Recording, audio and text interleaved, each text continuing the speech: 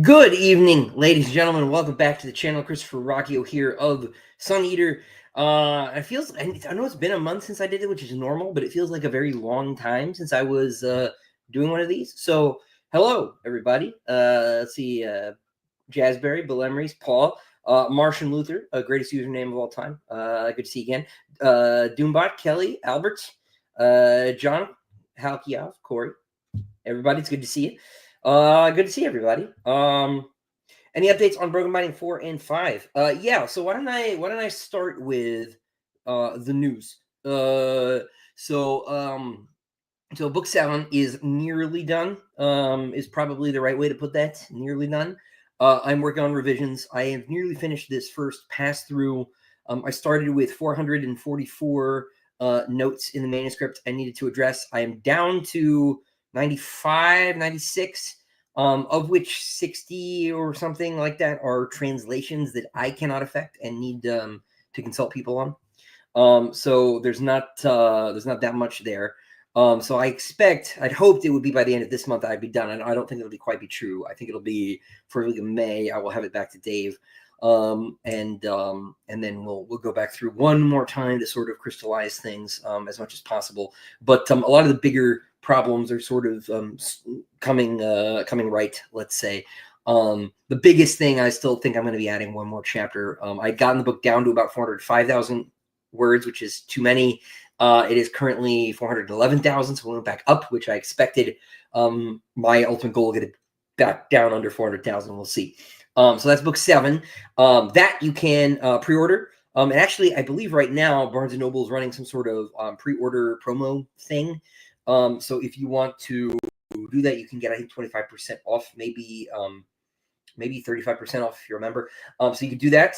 I have Amazon links in the description, but if you want the discount, you got to go to Barnes & Noble, which you should totally do.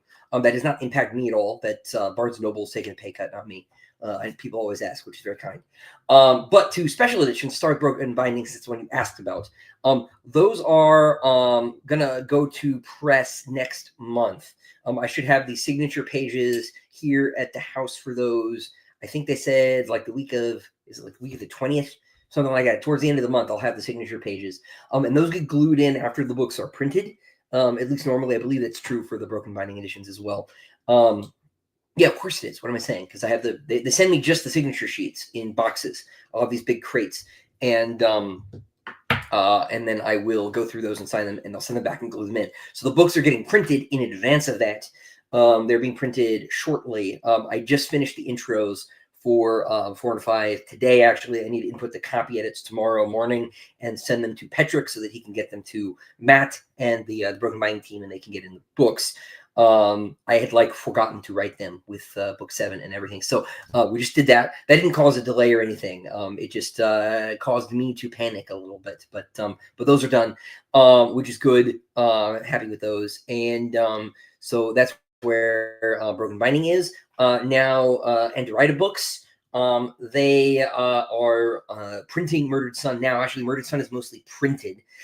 We had a slight problem with about 200 of the signature pages. The pen, we used a different pen to sign this time, and that pen smeared, so we were reprinting some of the signature pages for those. Those should be here Friday, I believe, and then I will turn them around and send them back probably by Monday or Tuesday.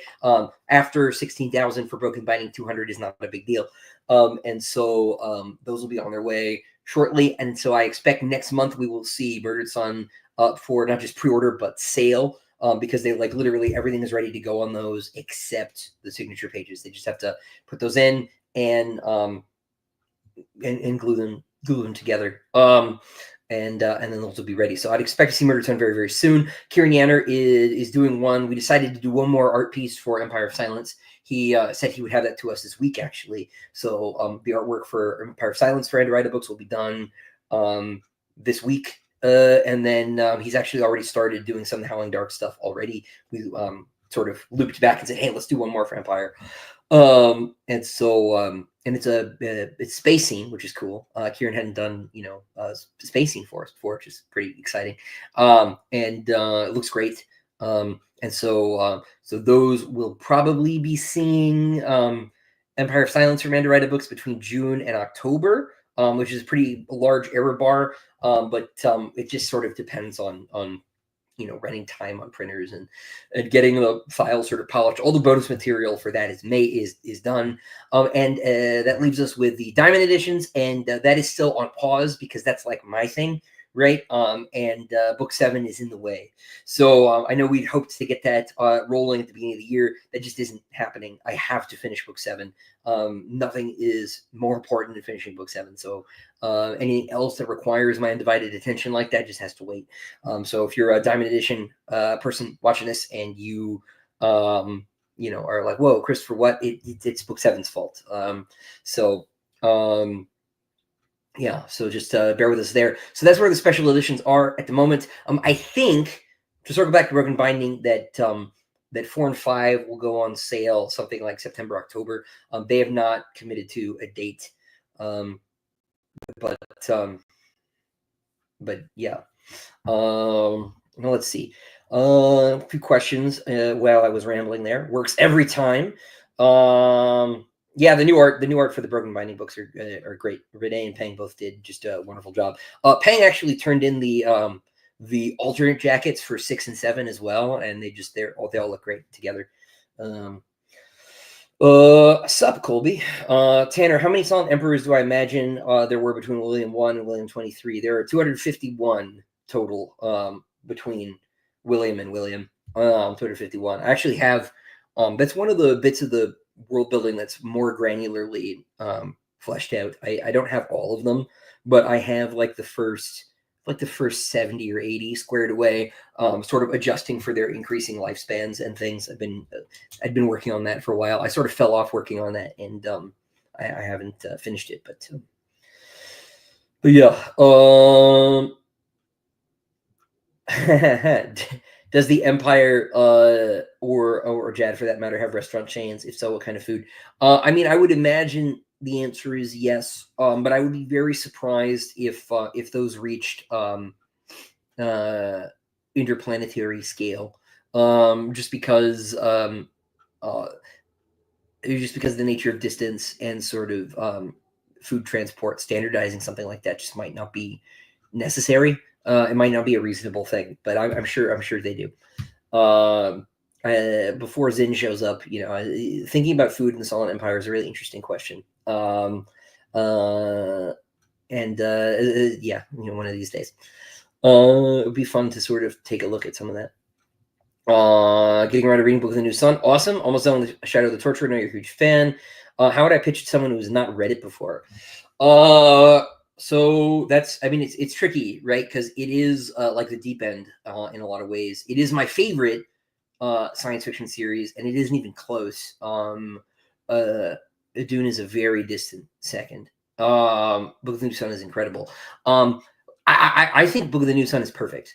This is how I would pitch it. It is the only perfect science fiction series I've ever read. I wouldn't change a line of it for any reason at all. But it is a dying Earth story. It is sort of inspired by Jack Vance, and it is set sort of far in the future in an era where the sun is going out, and the main character is a torturer who is banished from his guild for showing mercy pretty early in the first book. It's sort of a spoiler, but like it's fine. And he wanders around this dying world, sort of trying to find his place in it. And it is a challenging read. But if you just relax and sort of enjoy the experience, you I think will find that it is infinitely rewarding. So,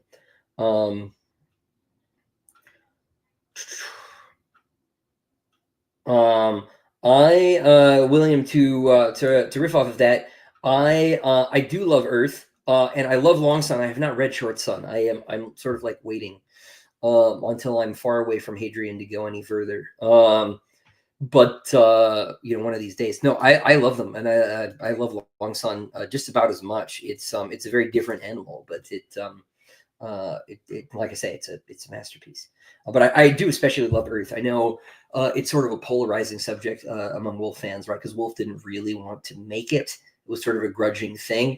But it's sort of a sequel by malicious compliance in a lot of ways. And Wolfe's basic contention is that it wasn't necessary to write the book because all the stuff that's in the text of Earth is in the subtext of the 4 main books. And that is true, but it's also really, really cool to see all of those moments and to see everything sort of come to fruition. So,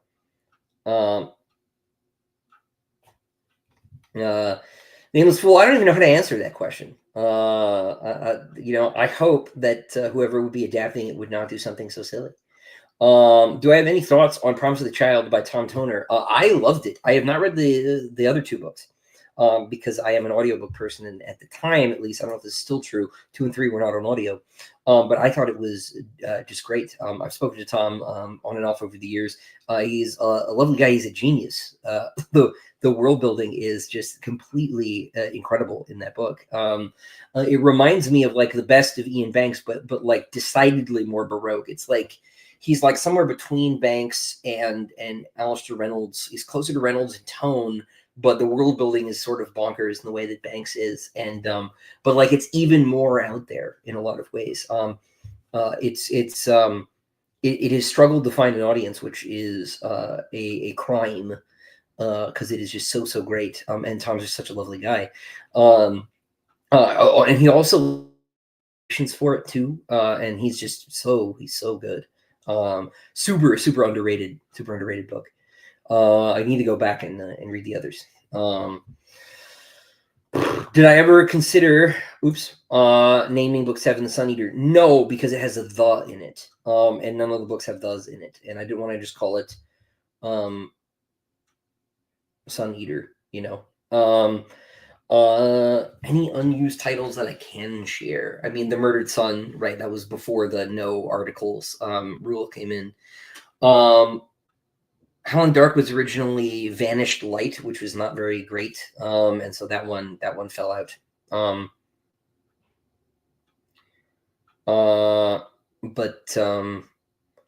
Yeah. Marshall, I can't really get into that question. How do I feel with the last book? I feel very positively about it at the moment.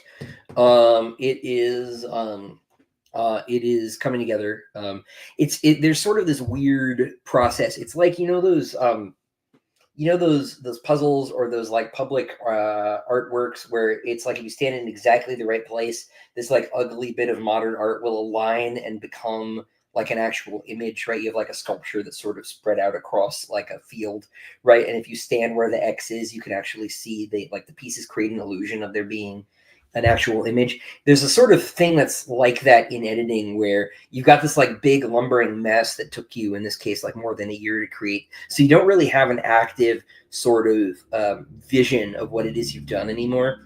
And as you edit it, you sort of like maneuver yourself into the right place and move the pieces around enough that that image comes into focus. And I'm starting to get to where that's happening. And it's that's satisfying because for most of especially the revision phase, I just hate my job and I hate my life and I hate everything, and I'm getting close to the end of that. So it's things are starting to turn around, which is good.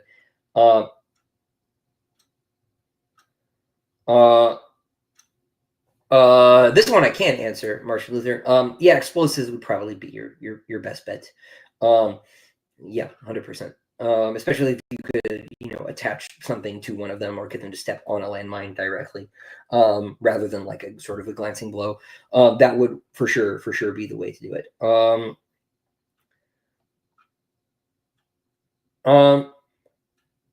What are my thoughts on authors who are good storytellers but not good stylists? Like people say that about Frank Herbert. I think they're right about Herbert in that regard. Herbert has some moments, but he is not. I do think people wrongly pillory Herbert as a poor stylist. I don't think he's a poor stylist, but it is not his. It's not his focus for sure. But people will get upset about his use of like the omniscient, for example, in Dune, and I think that's a perfectly defensible and good choice. It's something I actually really enjoy about Dune is the omniscient perspective. and his broadcasting of things that are going to happen. Like, he just does not care about spoiling his own book, which obviously I respect. But sort of in general principle, right? This is, I think this is a sadness, especially writers who don't care about it. This is something Brandon Sanderson talks about. His ideal of writing is window pane prose, right? And that is, I think, completely opposite to how I think about these things, because when you're writing a book, you have one input channel, and that is the text. You may have, if you're doing an audiobook, you may be able to score it slightly, or you have the voice acting from the narrator. You may have a cast of narrators, right, to help sort of enrich that experience. But in sort of the platonic sense, right, you may not even have illustrations, right? Illustrations are sort of a second input channel. But really all you have is the text. And as the writer, unless you, like Tom, or like also a talented illustrator, the only thing you have to convey your vision is the words. And why shouldn't those words be as beautiful and articulated as you can make them? There are reasons, right, to have an understated style, and that is also that is not lesser, right? Hemingway is not a lesser writer than Fitzgerald because his prose is simpler, right? It is very hard to be Hemingway and to write that sort of paratactic, staccato, like very direct writing. That's actually, it's sort of the illusion of simplicity, right? From a craft standpoint, it's as hard as writing, iambic pentameter, right? Like, there's an art and a practice to it.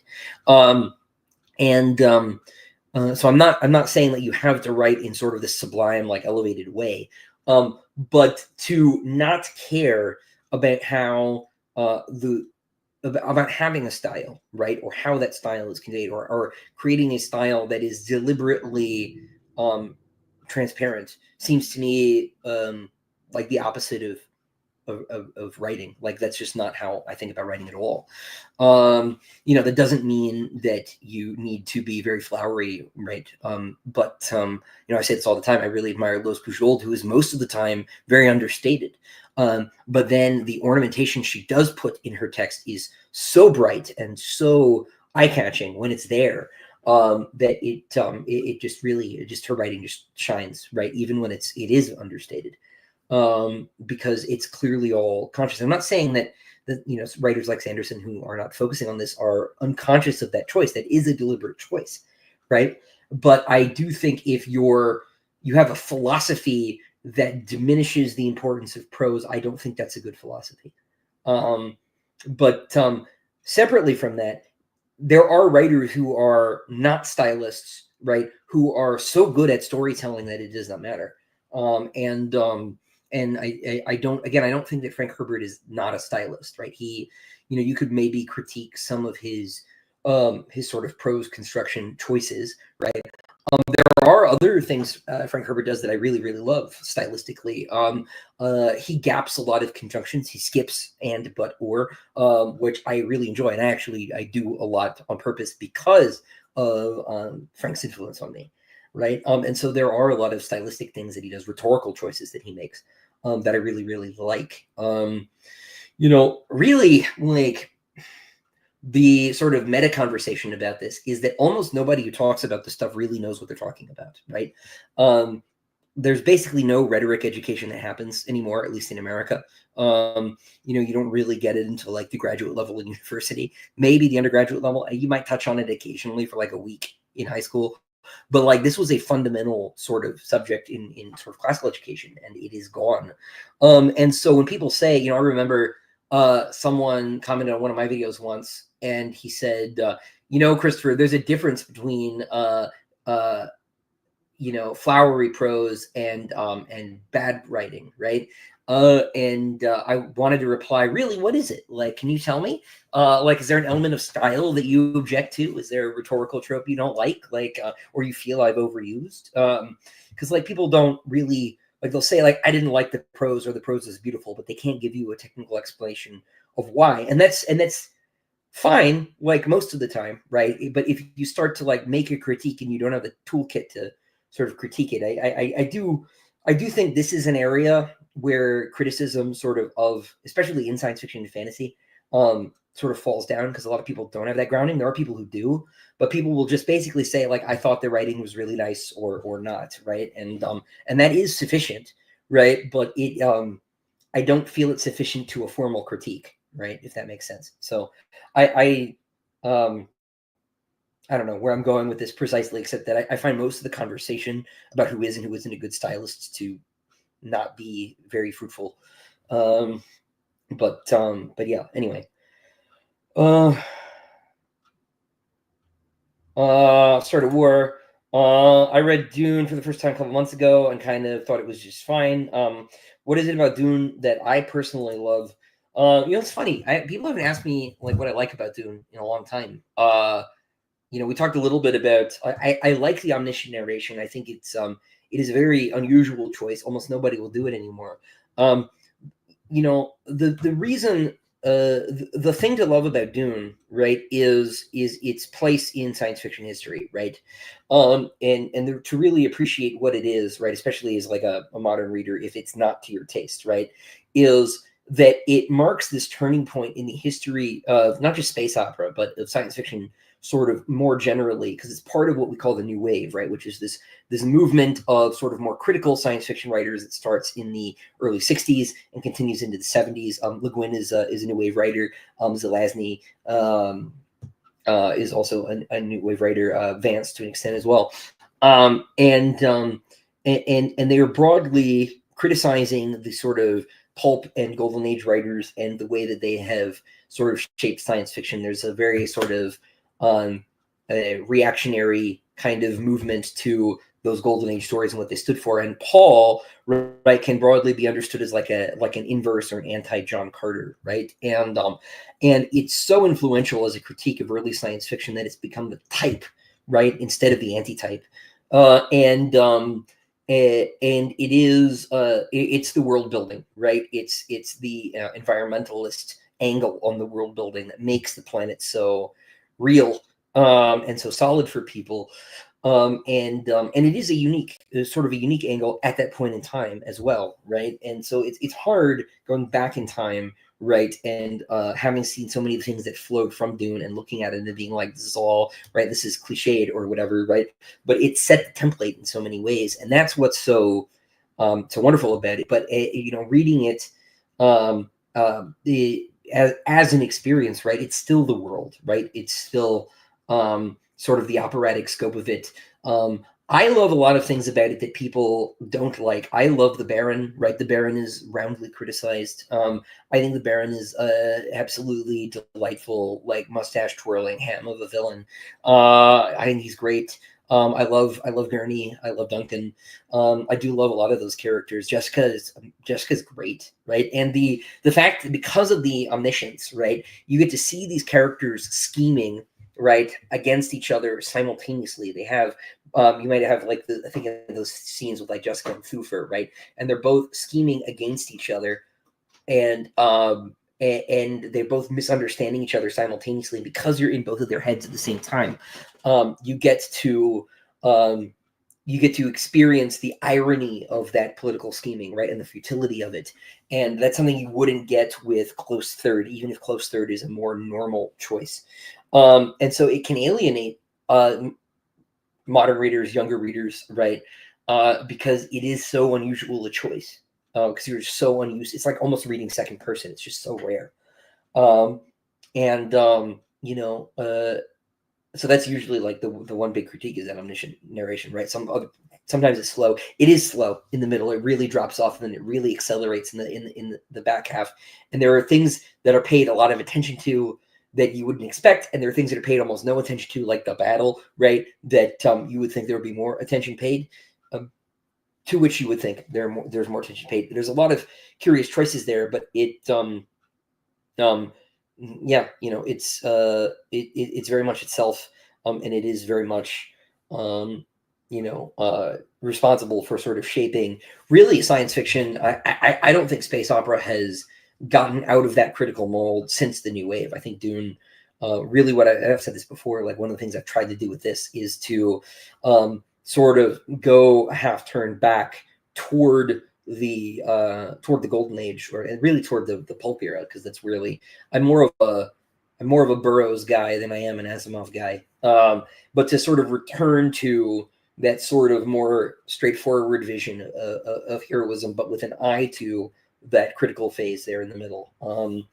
That's something that's been important to me. But like really, what I loved was the world and the characters and scope and the sense of time and all of that. You know, which is not to say that I don't have like criticisms, right?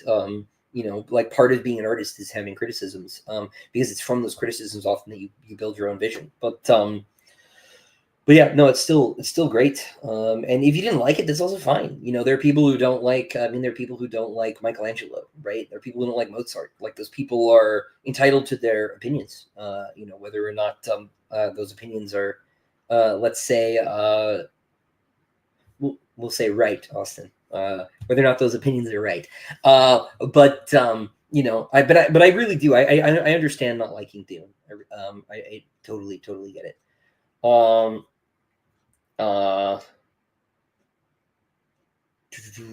Yeah, you shouldn't care about spoilers of Book of the New Sun. That is true. It's one of those books. It like helps to know of 5 or 6 things going in. Did the cards for Patreon happen to ship? No, they're going out this week. Gonna read Stress for Regard in May. Awesome. Stress for Regard is amazing. There's been Guy Gavriel K hate spreading on my fan club. Ridiculous, unacceptable. Tell them I said to cut it out.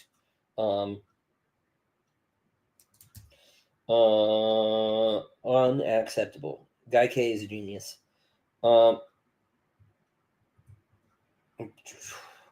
Speaking of torturers, how many revisions do Petrick and I work through with the artist before the covers are perfect? Petrick is harder on artists than I am, actually. I think we went back, mostly with Renee, because Petrick and Renee like to rib each other. I want to say we probably made Renee change something 2 or 3 times on each picture, approximately. Nothing huge, but we would like, you know, add 1 or 2 things, you know, or tweak something or whatever. And inevitably it would end with Renee being like, but that would ruin the composition, Petrick, and Petrick being like, okay, fair enough, right? You know, but that's not uncommon. That's not uncommon. I'm a lot more forgiving of things not being completely accurate to the text than often you all are, because I find it more interesting when the artists get to be themselves. So, have I seen Freyren Beyond Journey's End? I have not. The only thing I've seen this year is Twin Peaks. So that's all I got. Which I've now seen all of, but that's all I've seen, I think, all year. Has there been a period in writing as a whole in which you would take a step back for a moment due to reasons? There is almost always a reason for me to take a step back. You know, I have a newborn, but I couldn't take a step back, or the book would come out next year, which is just not acceptable. So I have been working. Probably the worst period was working on the original draft of book 4 when it was still books 4 and 5. My wife was very ill at the time, and it slowed me down. But you know, we also needed me to write the book for, you know, for financial reasons. We've always, you know, now we completely depend on me, right? You know, I'm the only person working, but it was always sort of necessary that I do the work. So, you know, you know, you don't always get to take time off, right? It's still, it's my job, right? Like, you know, it's hard if you were a doctor or a lawyer or, you know, a desk jockey, right, or whatever, right? You know, you couldn't a salary man, you couldn't just take, you know, weeks and weeks off. And that was what I always said. You remember, my wife was working, I'd be like, well, you know, she doesn't get to take a week off because the job is really hard right now, right? So like, I don't either, right? You know, so I I would have liked maybe to take time off, but I haven't really had a chance. How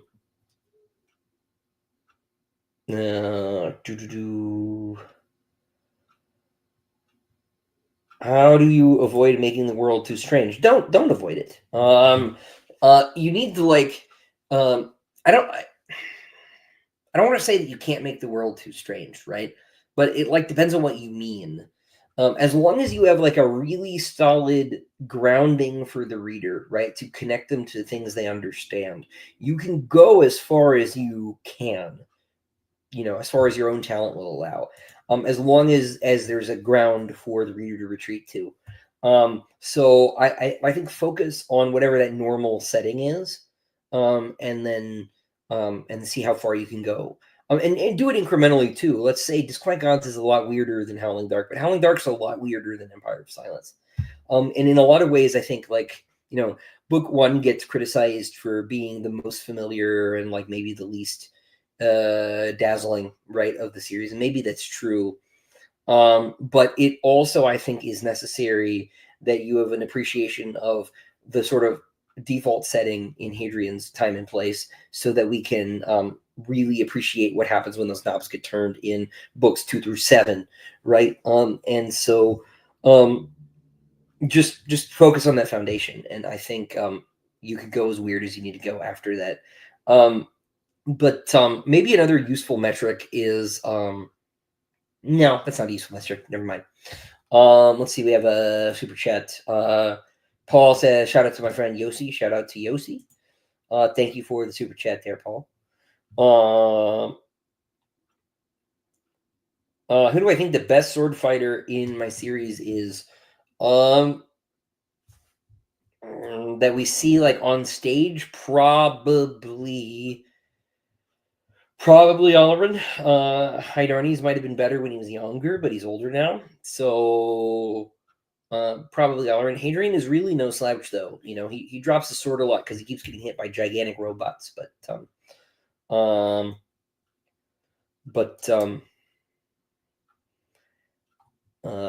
yeah. Frank does have a lot of the old parataxis going on. That is for sure. Which I like, but as with anything, you can overdo it. I have not read Shinor. I can't remember. I think I only read Down Below Station. I haven't read a lot of CJ Cherry. I have not read the Foreigner stuff like all the way through. Which like I probably shouldn't admit, being a dog. One of these days. That's got to be something else. I can't remember. But I've read a little bit, but I have not read Shinor, and no, did not influence the Cielson at all.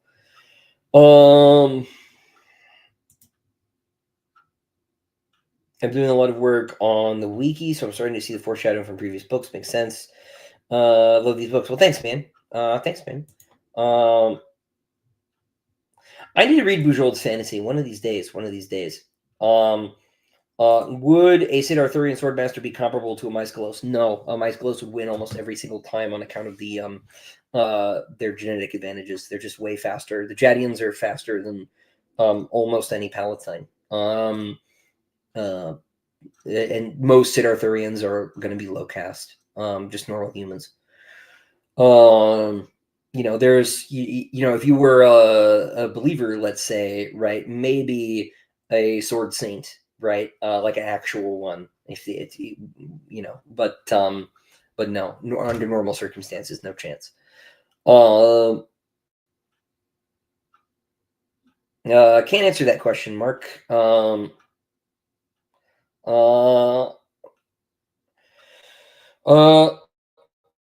Am I planning to go to Dragon Seal again? Yes. I talked about how I pick chapter titles. Is it an afterthought? Because a lot of them fit really well. Sometimes I know, so it's part of the outlining process. I like really need to have names for things, whether that's the book itself or a story or the chapter, or for that matter, a character. I really, really need a name before whatever that thing is can start to concretize in my head, because I can't visualize things, right? I really need to encode the idea linguistically, and that really, really necessitates a name, even if the name isn't final. So I will name chapters, and I will name characters, and I will name books with just sometimes nonsense, just to get a start. But when I'm doing the outline, I will write what the scene is about, right? Or at least I'll put a few notes in about what I think the scene is. So as I'm formulating the outline, right, I'll have like 10 bullet points or so for the book, things I know I want to have happen, and roughly what sequence I think that happens in. And the number of bullet points sort of dictates how many chapters I get from one to the next, right? It's sort of a mathematical thing at that early stage. Just because I know I need the books to approximately be the same size as the other ones. That did not work this time. Book 7 is a monster, but when I do that, then I know, like, okay, if like what I need, let's like pretend I'm outlining A New Hope, right? I have like 10 chapters to get Luke off Tatooine, right? Then by chapter 10, he needs to be off Tatooine. So like, what does that journey look like, right? I know the farm needs to get burned, maybe around chapter 7, right? Maybe it's 5. I don't know yet. But I know I need a chapter where he goes home and the farm is burned, right? And so knowing that the chapter is that, without knowing the emotional beats, without knowing the details, I can come up with names for that scene, even if it's not the final chapter, right? It could just be the farm, right? Or death at the farm, or whatever. And then as I'm writing the chapter, a turn of phrase from the chapter might recommend itself, right? And become the chapter title. Or I will realize that really what the chapter is about is not the burning of the farm, it's about the emotional response to the burning of the farm.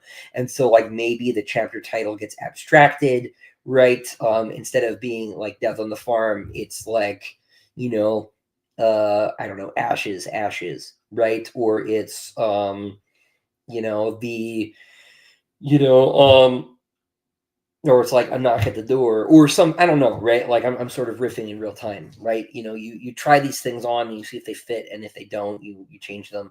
And I change things all the time. I changed title in book 7 yesterday, because I had a better option.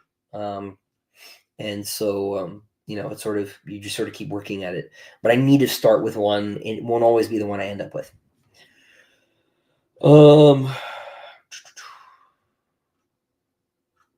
Could I demonstrate the sign of the sun disk? Yes. Yeah, you go. If the sun is available, right, you will make a circle around it, right? But if it is not, you just go up, and then you will put it to your forehead, and then your heart, and then your mouth, and then back. Um, uh,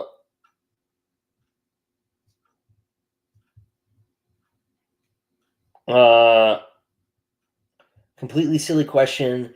What endearment do I use instead of boy in There He Is the Boy for Sirianni?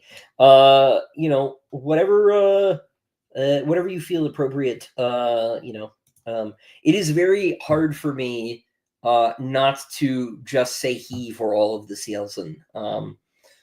Despite the fact that I really think it would be an interesting choice to cast actresses to play all of them, actually. I think that could be in the same way that Mel Gibson did with Passion of the Christ and Satan. I think that would be an interesting move. But whatever works. They're not real, so you're not going to hurt anyone's feelings.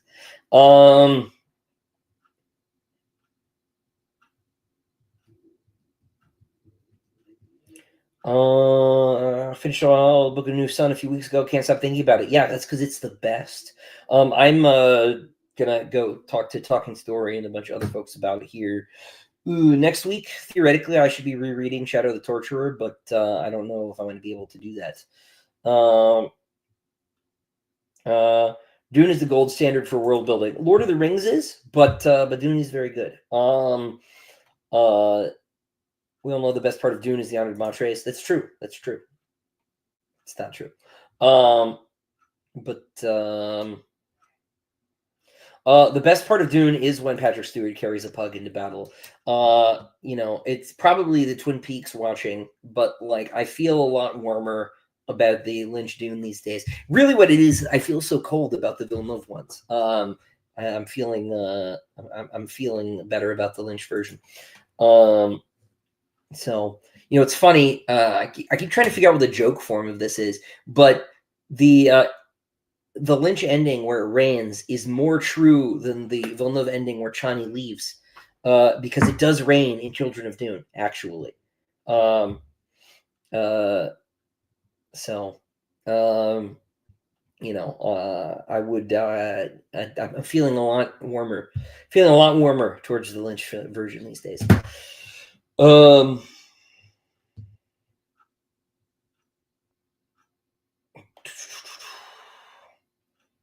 I want to thank you for making me aware of Kenneth for Leibowitz' true masterpiece. Man, it is so good. So good. What made me want to be a writer? Lord of the Rings. Lord of the Rings. What is my interpretation of Angel's Egg? You mean like so I mostly think it is pretty pretty straightforward, actually, right? The ending I'm not so sure about, to be honest with you, but like we're looking at a world where like the flood never receded or hasn't receded yet, right? And so I don't, yeah, so that part is obvious, right? But as far as the ending, like I know that Oshi was a Christian, at least for some period of his life, and then that went away. And I really think the movie is him grappling with that symbolically, and I think lamenting it to a certain extent. I think there is a deep sadness in this world where the flood never ended, right? And this Christ figure comes and smashes smashes the egg, right? Um, but but I don't quite know what like that sort of final um, vision is supposed to really represent, as I don't really know. I don't know what his sort of personal answer to these questions is, and I don't know that the movie necessarily makes it clear. And I think the ambiguity is where a lot of the virtue is.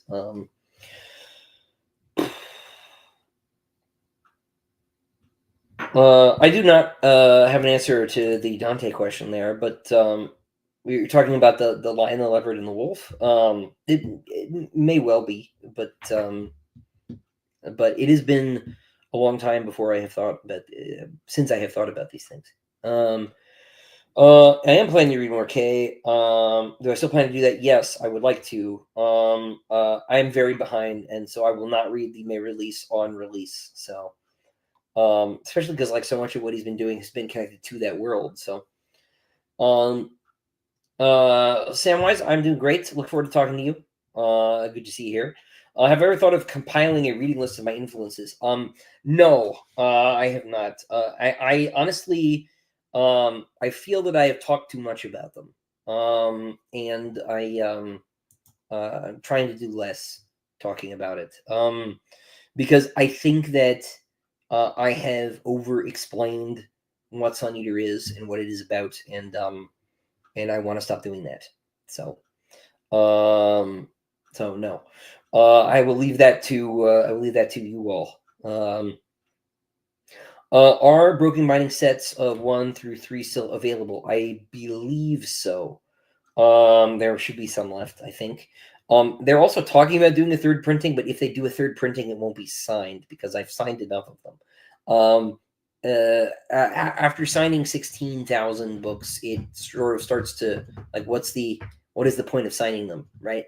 There are more signed copies of the books in the UK now than there are unsigned ones. And so I won't sign the third printing, but I think they might do one. Let's see, we got a super chat here. Mel Rubius, thank you. Do I have any advice for growing on podcasts? I might be taking a spot you turned down to discuss Lord of the World. I saw that actually. I was borrowing my wife's phone. So that's cool. So Aaron is lovely. He's a great guy. So you will have a lot of fun. I turned that down just because I've read Lord of the World once, and if I was going to go on as a subject matter expert, I would like to be one. And I am not.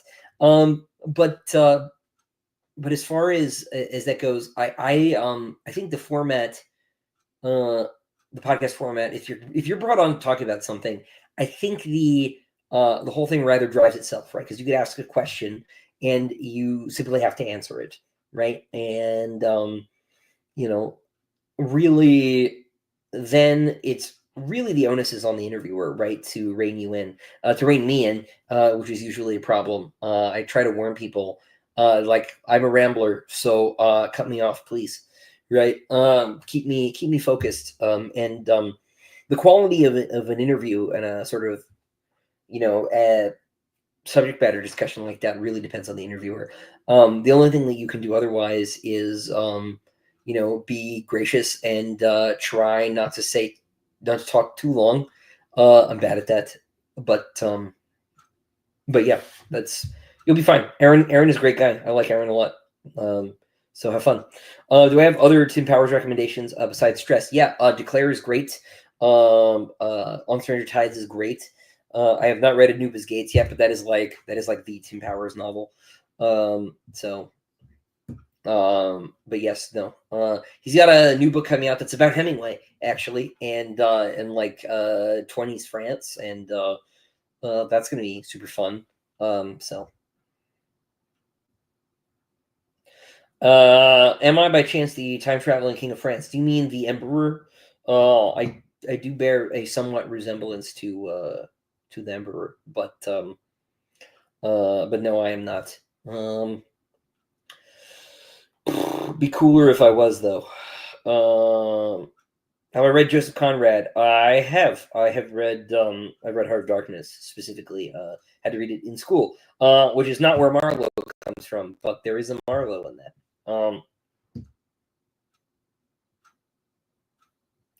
What are my thoughts on Elden Ring Night Rain? I think it looks super fun. We'll see if it is fun, but I like the idea of them doing new things. I really like them sort of focusing on the multiplayer for once between this and the Dusk Bloods, which I'm not a super huge fan of that name. The game looks great, but the name I'm not so sure about. Call it what it is. It's Bloodborne. I know they can't, but like I don't like the name much. But I like that From Software is finally putting a little bit of focus on the multiplayer, because this has always been sort of an issue with their games, particularly as far as balancing goes. This is a big problem with Elden Ring, is that game is not optimized for multiplayer. It is, I don't want to say too easy, because like it can still be very challenging in ways, but it is balanced around the single player experience, and the bosses are designed to fight one person. And so them not doing that and retooling a lot of these bosses to handle three people is exciting. But also them figuring out sort of the net code and all the other stuff they need to figure out so that the games will work better in multiplayer, and all of that stuff is great, because they'll end up reusing a lot of the stuff they learned building this game to build the next mainline game, right? These two games, really, right? They will use this experience, right, to build the next, to build Elden Ring 2, Dark Souls 4, Bloodborne 2, right? Souls, number 5, right? Whatever the next thing is. And so yeah, I think it's cool. I'm not troubled by its sort of like alternate reality nature exactly, because it's still deepening that world and fleshing it out, which is cool. I think Wilder looks really cool. Like the character design is all pretty good. We'll probably only play Wilder, frankly, but the Archer guy looks cool. But not feeling the Spellcaster. We'll see. Would Guts and Hadrian end up fighting or healing each other? I don't know about healing, but at least someone would understand, I suppose. But I'm just trying to get Hadrian into the memes. That's what I'm really trying to do. Are there more updates on the Howling Dark Diamond edition? I did mention it at the top, but I just haven't been able to work on it because I am still working on book 7, and with the new baby, it's just become impossible for me to also do the Diamond edition for book 2. And the artists are still not finished in any case. They needed more time, and so it has just had to take a back burner, and we will get to it as soon as we can. I really want to get it out there, but I don't have all the material I need yet, and the edit is still not done. I need to go back through and finish the sort of back third of the book and I just have not been able to do it. And so we'll get there as soon as we can. I'm hoping the next couple of months we'll be able to take pre-orders at least. But I really want that distance between your payment and delivery to be shorter than 2 years this time. So right now I don't owe anybody anything, right? I haven't taken your money. So I'd rather things be drawn out now than after you pay me. So we're working on it now, because now it's possible. We took a lot of the proceeds from book 1 and sunk it into paying for book 2.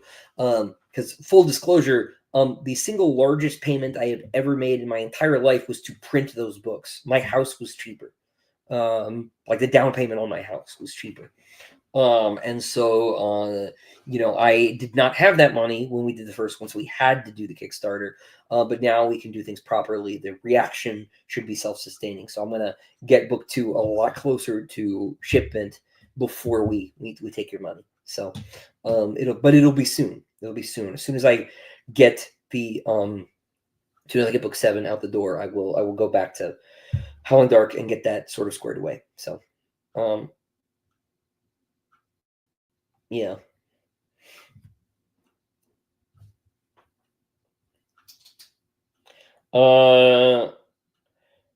Let's see. How can you guess the follow-up question would be, how do you make sure that the grounding isn't too shaky or thin? Totally agree about weirdness escalating through. This is the same. I think this is similar to my advice about like sort of making secondary characters. You need to give your readers like a thing. They need to have like a talisman they can hold on to, right? That you can come back to and sort of touch, right? They're like, you got your main character as like a very relatable thing, right? A relationship with a family member, a fondness for cats or trees, right?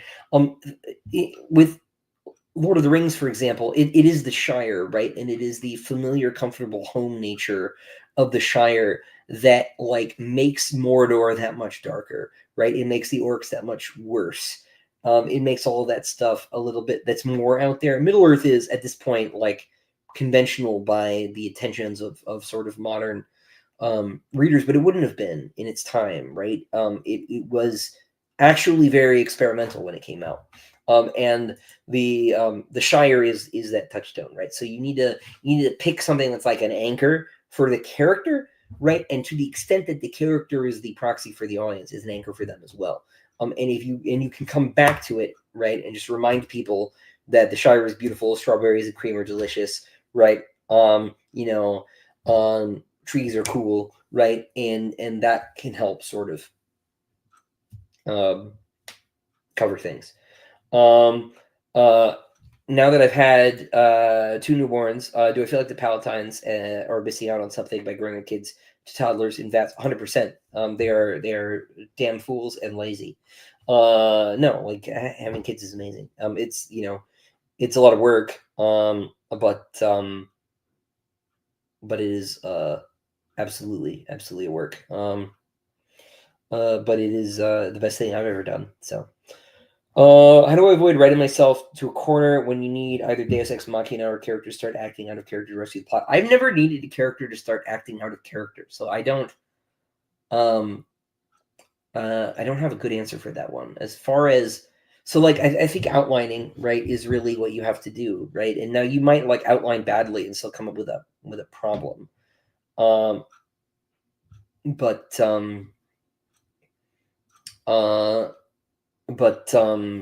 trying to think of a good answer here. But I think if you plan in advance, the sort of big macro scale plot issue where like something just doesn't work shouldn't happen. Yeah. Yeah.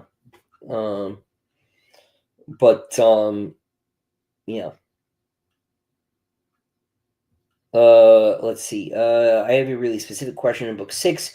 We see a shower unleash the eyes in the sky, where I taking visual inspiration from Fullmetal Alchemist, similar for Karin Saga and Father. I can see why you would think that in both cases, but it was not on my mind.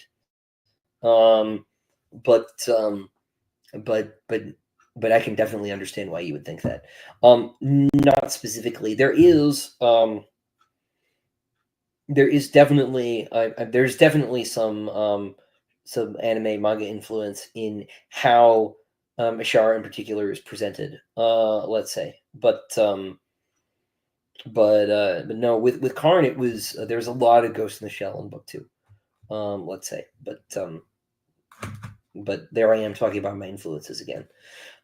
Is there still a pope in Sun Eater? Yes. There must always be a pope until the end of time. That is, the Gospels are very clear about this. Unless you're a Protestant, in which case they are not clear. Or Orthodox for that matter. But I think it's pretty clear. But that is the Catholic position. So yes, no, there's a pope. Hyena, Sealson headcanon confirmed. I think it would be a very interesting choice. They will never let me direct it, but if they did, I'm not 100% married to that idea, but I think it would be very interesting. Would I say Doriaika did nothing wrong? I don't even think Doriaika would say Doriaika did nothing wrong. How do I challenge or come up with challenges for my characters? I like how the structure of Demon had a different challenge for Hadrian. Never felt boring. Those first three books in particular, first four books really, I had a sense that there was going to be. I hate using the word subgenre this way because we use the word genre to mean something more like collection of tropes. But I knew I wanted there to be sort of a different sort of secondary flavor on each of the books. The first book is very coming of agey, right? It's got a little sword and sandal to it. The second book is very gothic. It's very cyberpunk. The third book is a political thriller in a lot of ways and an adventure novel. The fourth book is dystopian. It is horror. But these are really like notes more than they are genres, right? And I knew I wanted to have a different mix on those. With five is really, Eve to book four's Adam, right? It got pulled out from under its arm and became its own thing. And then in book 6 and 7 are really Sun Eater, just sort of whatever Sun Eater is at this point. It's very dialed in. And so that was a little bit of a different thing. But for those first books, the books were each going to be a different kind of book, right? And that, I think, came with the presentation of different challenges. And so it was kind of a top-down thing in that case. Will the audio be available for book 7 relatively the same time? Yes, that is the plan. Ideally, the plan is the same day. In the past, that has not happened, so I won't promise you that because I just have no control over it. But yeah. How was changing editors helped you understand writing and creativity your journey? Now that's interesting because like mostly having to change editors has been a huge pain in the neck and stressful, and what is this person going to be like, right? And with the exception of working with Dave, right? Because like I knew Dave already and I like Dave. Dave's one of my favorite people. But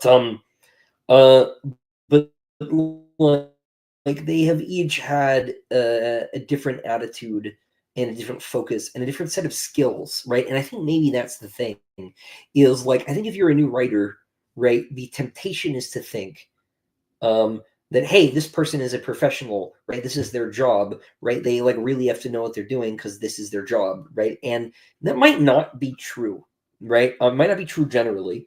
Maybe you have an editor who's not great. It's possible, right?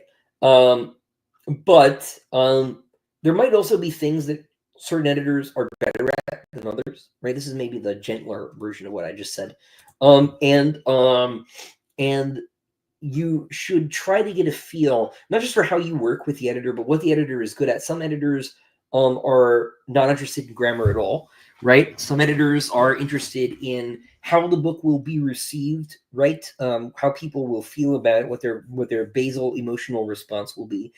Some people are much better at continuity, right? Some people don't give a damn about looking for continuity fixes because they have other priorities. Some people don't look at grammar at all. Some people do. And sometimes they come with crazy extra skills.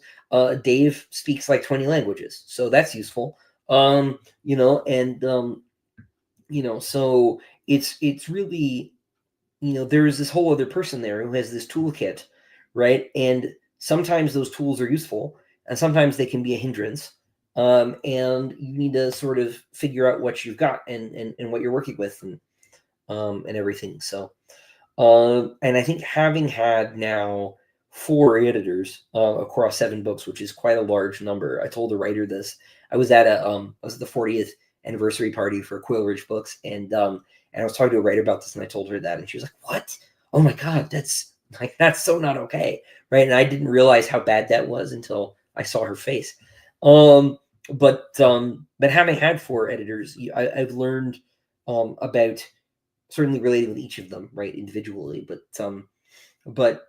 about relating to the editor as an archetype, right? And I think maybe that's really the sort of most useful thing there.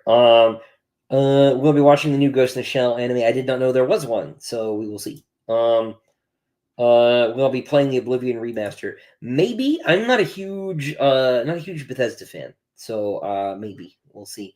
Yeah, we'll see. Never read Gaga Ruocchio. Would be a good starting point. It depends on what you like, really. Most people will say Tigana, and that is a fair answer. I am a big Rome guy, so I love sailing to Sarantium, which I think is great. But Last Light of the Sun would be good if you want to do, Vikings in England. That's a good one. Lions of Alrasan is very good. That's sort of Spanish. I really like Song for Arban as well.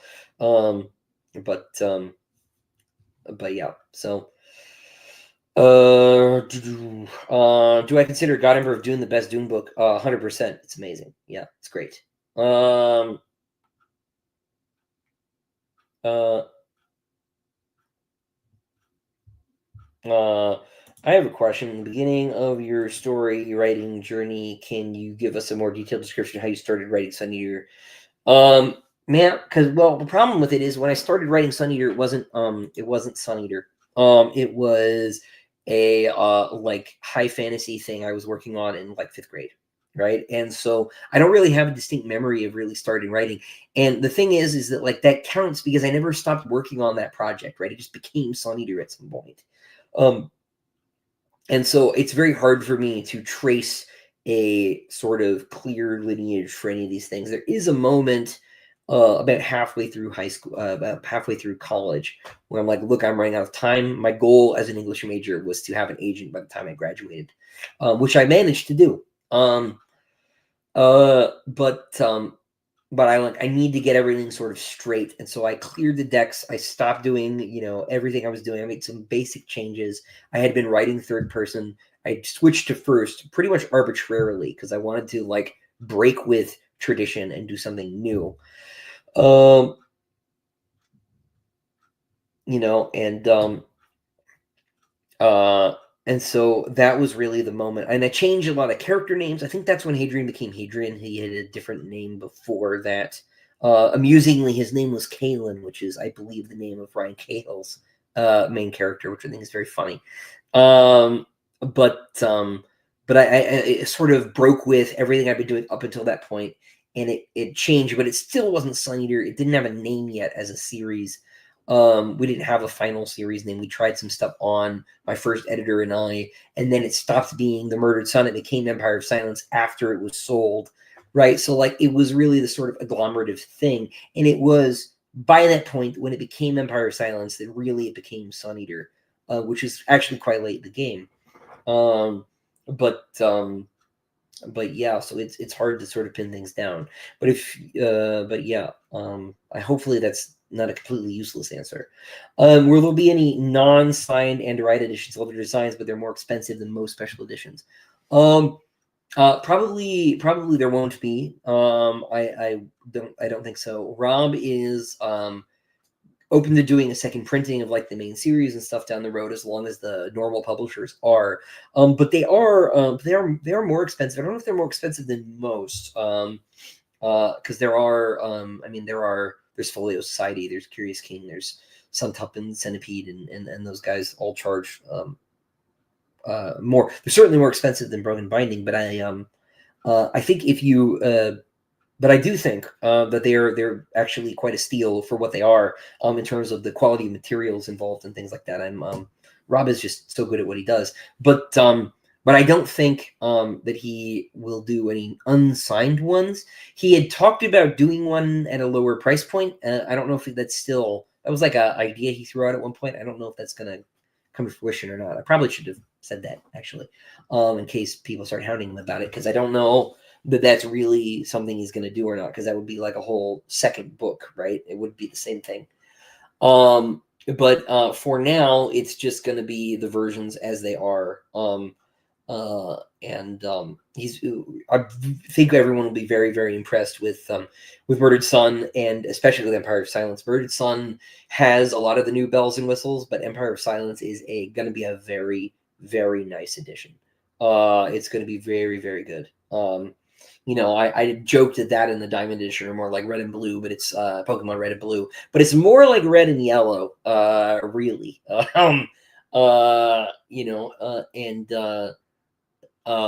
It's he's done some really beautiful work. So, but no, I don't expect there'll be an unsigned version. I'm sorry. TL, that is a great question, but no, I can't give you any hints. I read the first and the third fantasy story. Where do I find the second?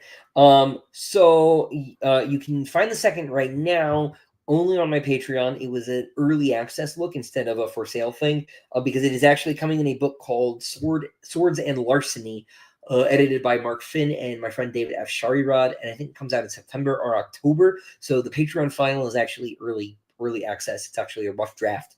It's very close to final, but the final version is like maybe there were like 20 or 30 typo corrections, basically, difference between the two, but it is a rough draft on the Patreon. But that's it for the moment. Am I playing the Oblivion remaster? I'm not. I'm playing. I just finished Metaphor ReFantazio. I'm playing Armored Core 6. I started before I jumped on here, actually, because it was quiet in the house for half an hour. Any further plans to reprint the Diamond editions? I would love to, but no news. No news at this time. Do I feel any sense of melancholy finishing Sun Eater, or is it more satisfaction? It is more satisfaction. I honestly, I'm very eager for a break. So.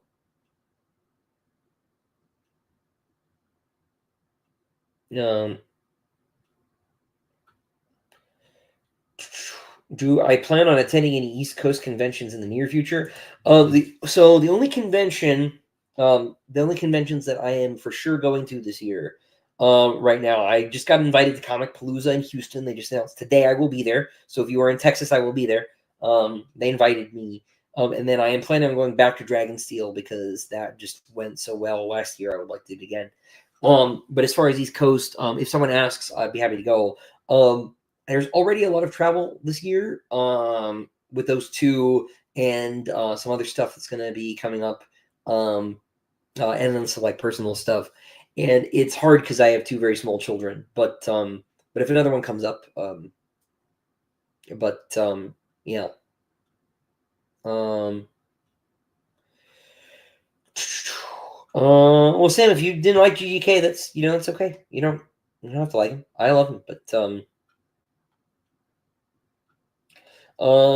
praying for Pope Francis. Amen. Became Catholic last year. Losing a pope is a new thing for me. Yeah, my wife is a convert as well, so this is new for her as well. So, but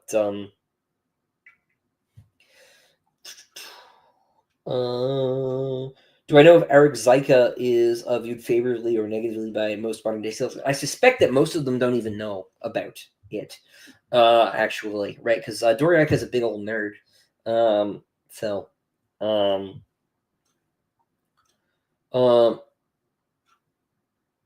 do I listen to different types of music writing to set the mood of the chapter, or listen to the same playlist on repeat? I listen to different playlists on repeat, and they're almost all soundtrack music.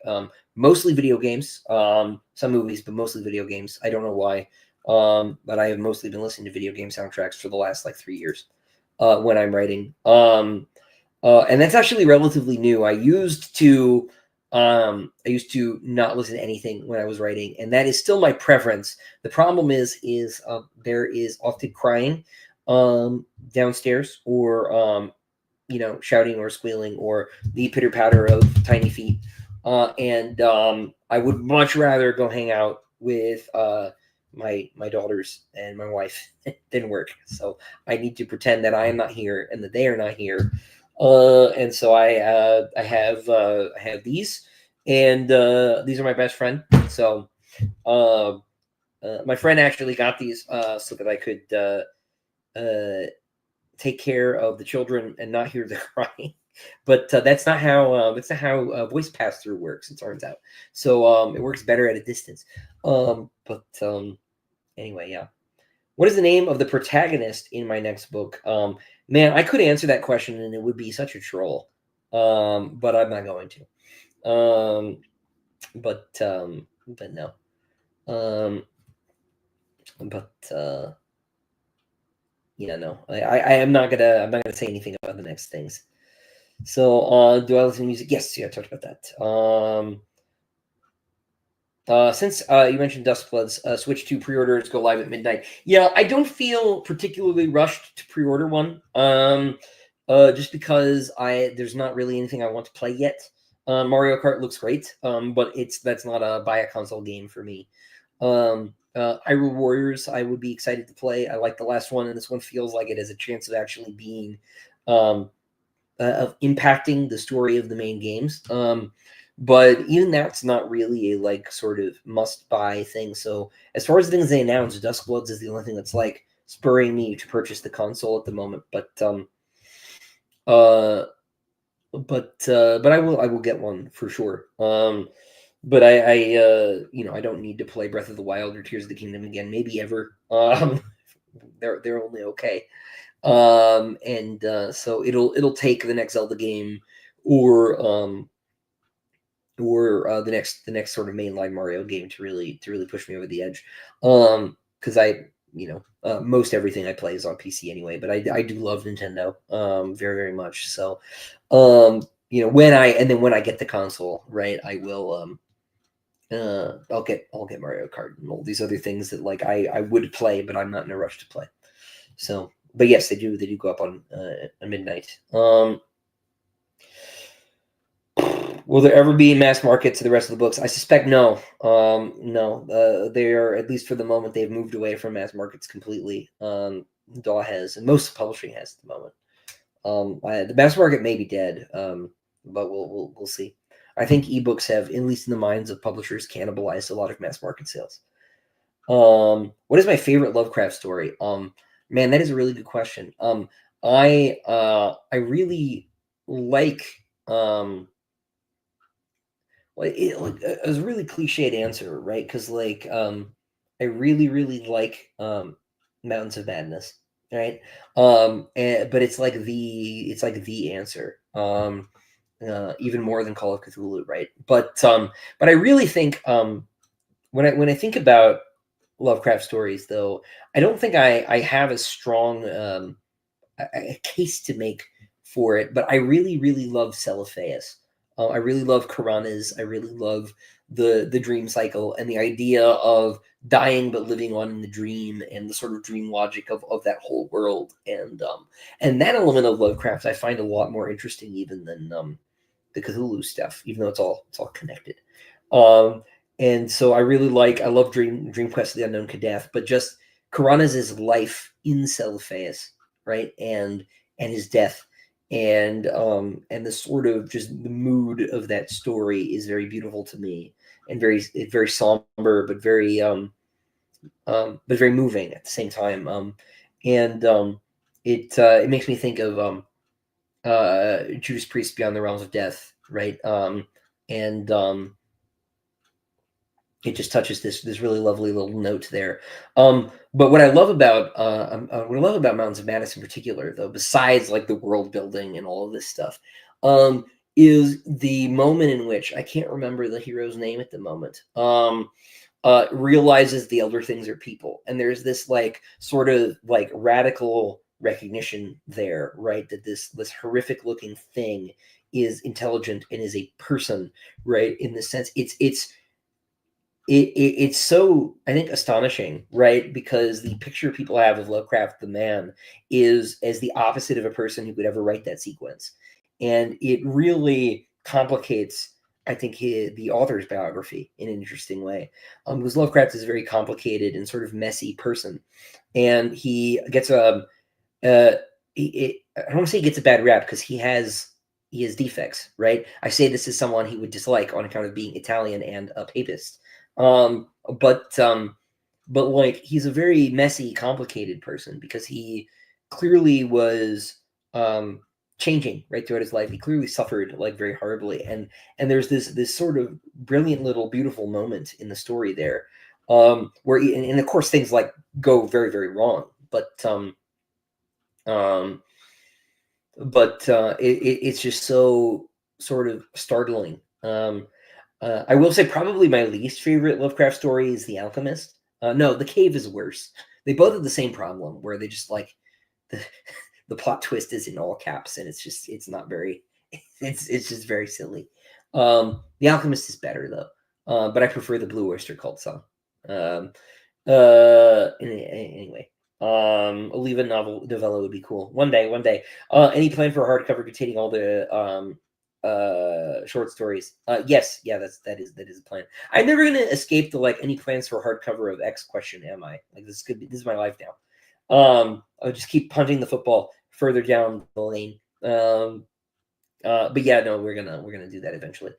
Um,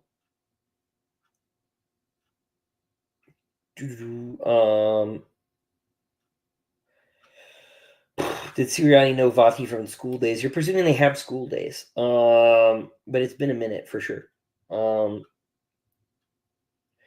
How much of the outline changed from expanding the series from 5 books to 7? The outlines for the later books didn't exactly exist, right? They were in sort of bullet point cloud form, and those bullet points didn't really change at all. Do I think the KJ Brian Herbert books improve or expand the Dune universe? There are some cool things in those books. I do think that they do not sort of adhere to the philosophical grounding of uh, Frank's books. I think that they sort of go off in their own way in terms of meaning and what the story and what the universe mean. There's some cool ideas in them. They are optional. But I also think Heretics of Dune and Chapter House Dune are optional. I think you really only need to read the first 4 books, and you should only read the first 4 books if you really love the, as you're going. If you read book 1 and you're like, this is good, I could take or leave it, don't read any of the other ones. Just don't do it. And if you have an adverse reaction to 2 or 3, do not read 4. There's no point. But after 4, you like really need to understand that you're wandering into blind alleyways with no way out after that. And if you really want to go in, fine. But yeah, no, I don't think that you need to read them unless you really really want to. What is your artwork on the wall? That is Gustave Duré's Noah's Ark. Tower of Babel is right here. But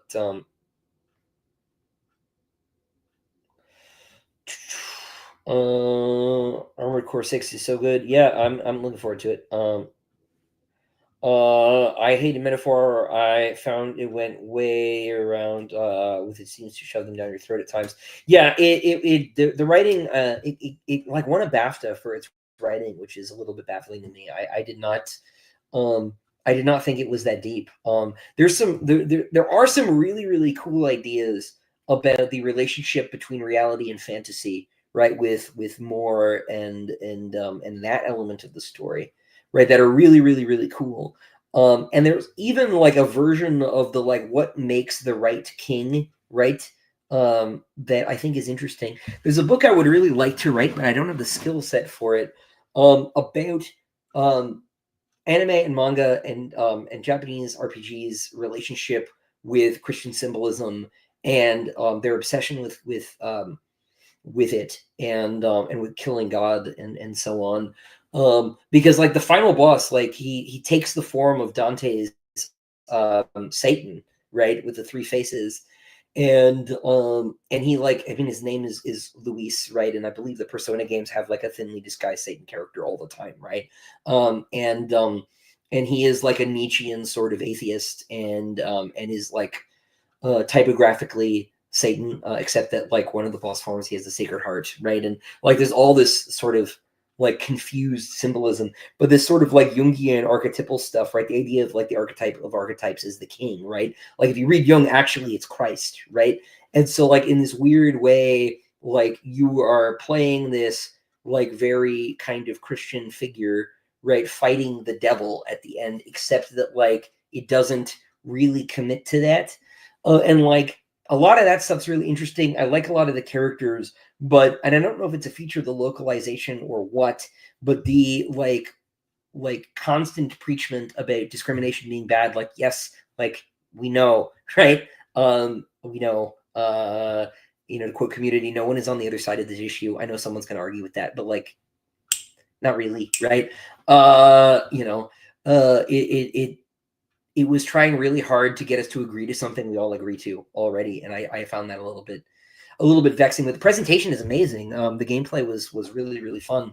I haven't enjoyed playing a turn-based game on a mechanical level so much in a very long time. And the presentation was all very nice. The obviously it's a Atlas game. The UI is great. But I agree with you. I think a lot of the thematizing was just not very good. Voice acting was incredibly good though. Was very very happy with that. Have I read Wheel of Time? No, I have not. Thoughts on Metaphor's story finale? We talked a little bit about that. I will say I really really liked how much falling action there was. I thought that was very nice. And he talks of Broken Binding doing the novellas. Yeah, they have expressed interest in it. I don't know when we will do it, but we've talked about it. Have I listened to the Xenoblade soundtrack? I have not, but I'm a big fan of Bankaitos, which is an earlier series Monolith Soft did, and I wish they would continue because Xenoblade is not really my thing. But I should listen to the music just because I don't like the game doesn't mean the music is undeserving of my attention. So. Um, um,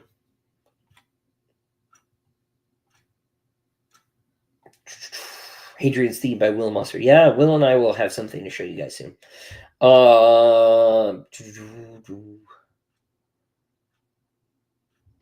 People are asking about GK books, and I wanted to steer them away from something. Brightness Long Ago is my favorite. That is one that I've not gotten to yet. What do I think would be Ridley Scott's favorite Lovecraft story? We're not talking about Ridley Scott today. Any movies coming out this year you're interested in? I can't think of any. That doesn't mean there aren't any, but none are coming to mind.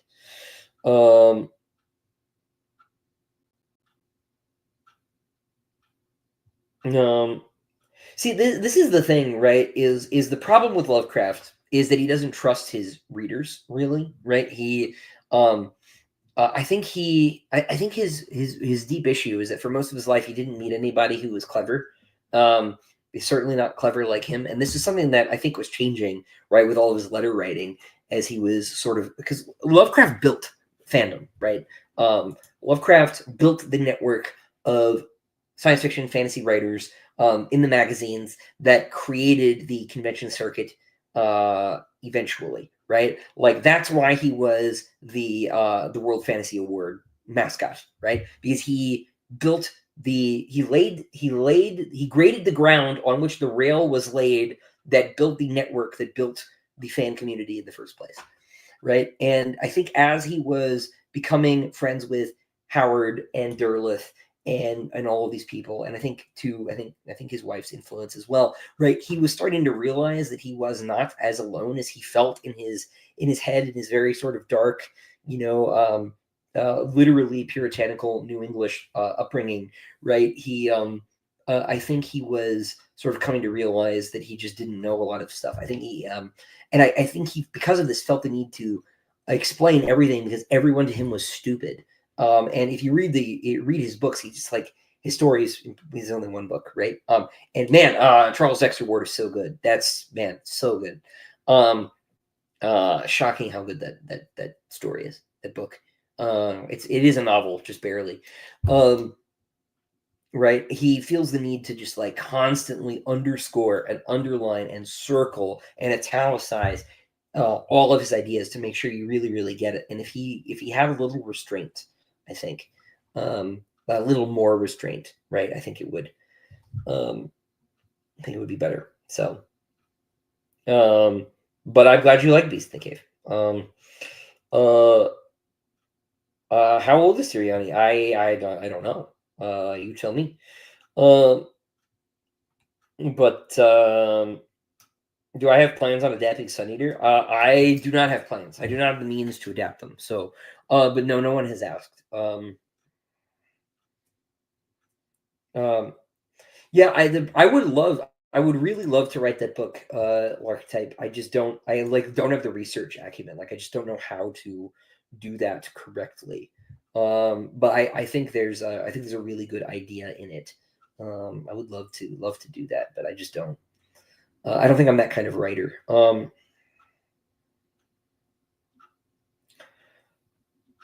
um,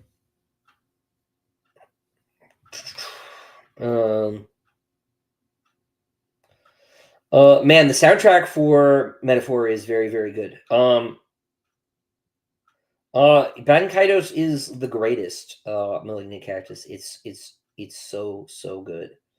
Um, so good. I still have the GameCube versions. I don't. I can play the crappy dubs, which are amazing. No, I have my GameCube set up for that, and so I can play Golden Sun on the Game Boy player. My GameCube is tricked out. I have the broadband adapter, my friend, for Phantasy Star Online, the original one. I think it was the only game that had online functionality on the GameCube. It took me like months to find that adapter because this was like you either go on eBay or you like go into the right Circuit City and find one. It was a very long hunt. Those were better times, truly. Um, uh, will there ever be a dramatic audio adaptation with a full cast? I would love to do that. What I would really prefer, I don't want to just read the book though. If we were to do a full cast thing, I would like to do a radio drama. Like if you've ever heard NPR's performance of Star Wars, the original trilogy, they're they're better than the films. And I'm talking about the original trilogy. New Hope is like 5 hours long. It basically contains a version of the Rogue One plot, but it's obviously like none of those characters are in it because they didn't exist yet. But it includes Princess Leia getting the plans from rebels and running around and politicking and all this stuff before it even gets to Luke. Really, it's great. It's great, and it has like half of the original cast. Mark Hamill's in it. Anthony Daniels is in it. Billy D. Williams is in it. Harrison Ford is not, right. Alec Guinness is not. Darth Vader is voiced by Brock Peters, who was in To Kill a Mockingbird. He was also Lord Bloth in Pirates of Darkwater. But he's great as Darth Vader. He's so good. And they're just so so great. But like that if we were to do a full cast thing, that's how I would want to do it. Rather than just do the graphic audio thing. But there are no plans. There are no plans to do that at the moment. Besides my desire. So, what is my writing setup like? I use Word. I do not really believe in like needing extra tools to do the job. I do. The exception to that is I do have a lot of like productivity blockers on the internet and things. I can shut everything down and I can shut things down selectively. And I can prevent myself from going into the task manager to undo those things if I need to. I don't anymore, right? Because virtue is habit forming. So if you just prevent yourself from doing that stuff long enough, then it gets easier to stop doing things wrong. But no, I just use Word. I use Word for the manuscripts. I use Word for my outline. I use Word for like note files, and I use Excel for databases and tables and things, but I don't use Scrivener. I don't. I have some stuff that's in like longhand. I've got my Sales and Language notebook is a real notebook. And I have some like loose leaf note taking things from um, over the years. But I have a lot of little post-its and things on my desk, mostly reminders to do things rather than notes about the world building or something. But yeah, and there's no special tool or anything. And then I've got I'm a real gamer. I have a Razer keyboard, because I like it. Yeah, but nothing too fancy. I have a standing desk. This one I can move it, so that I don't sit literally all day, because I can, assuming my family will let me.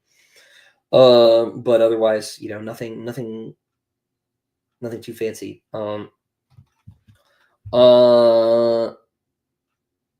Any interest in writing a Faustian story or something similar to Constantine in a fantasy setting? I mean, maybe. Yeah, maybe. There are certainly fantasy ideas rattling around in there. Who is the most handsome sci-fi author, and why is it you? Well, I don't have Gene Wolfe's mustache, but that's very kind of you, Mohammed. Usually it's people telling me that I need to fire my barber, when really it's my fault because I haven't gone and gotten a haircut in a while.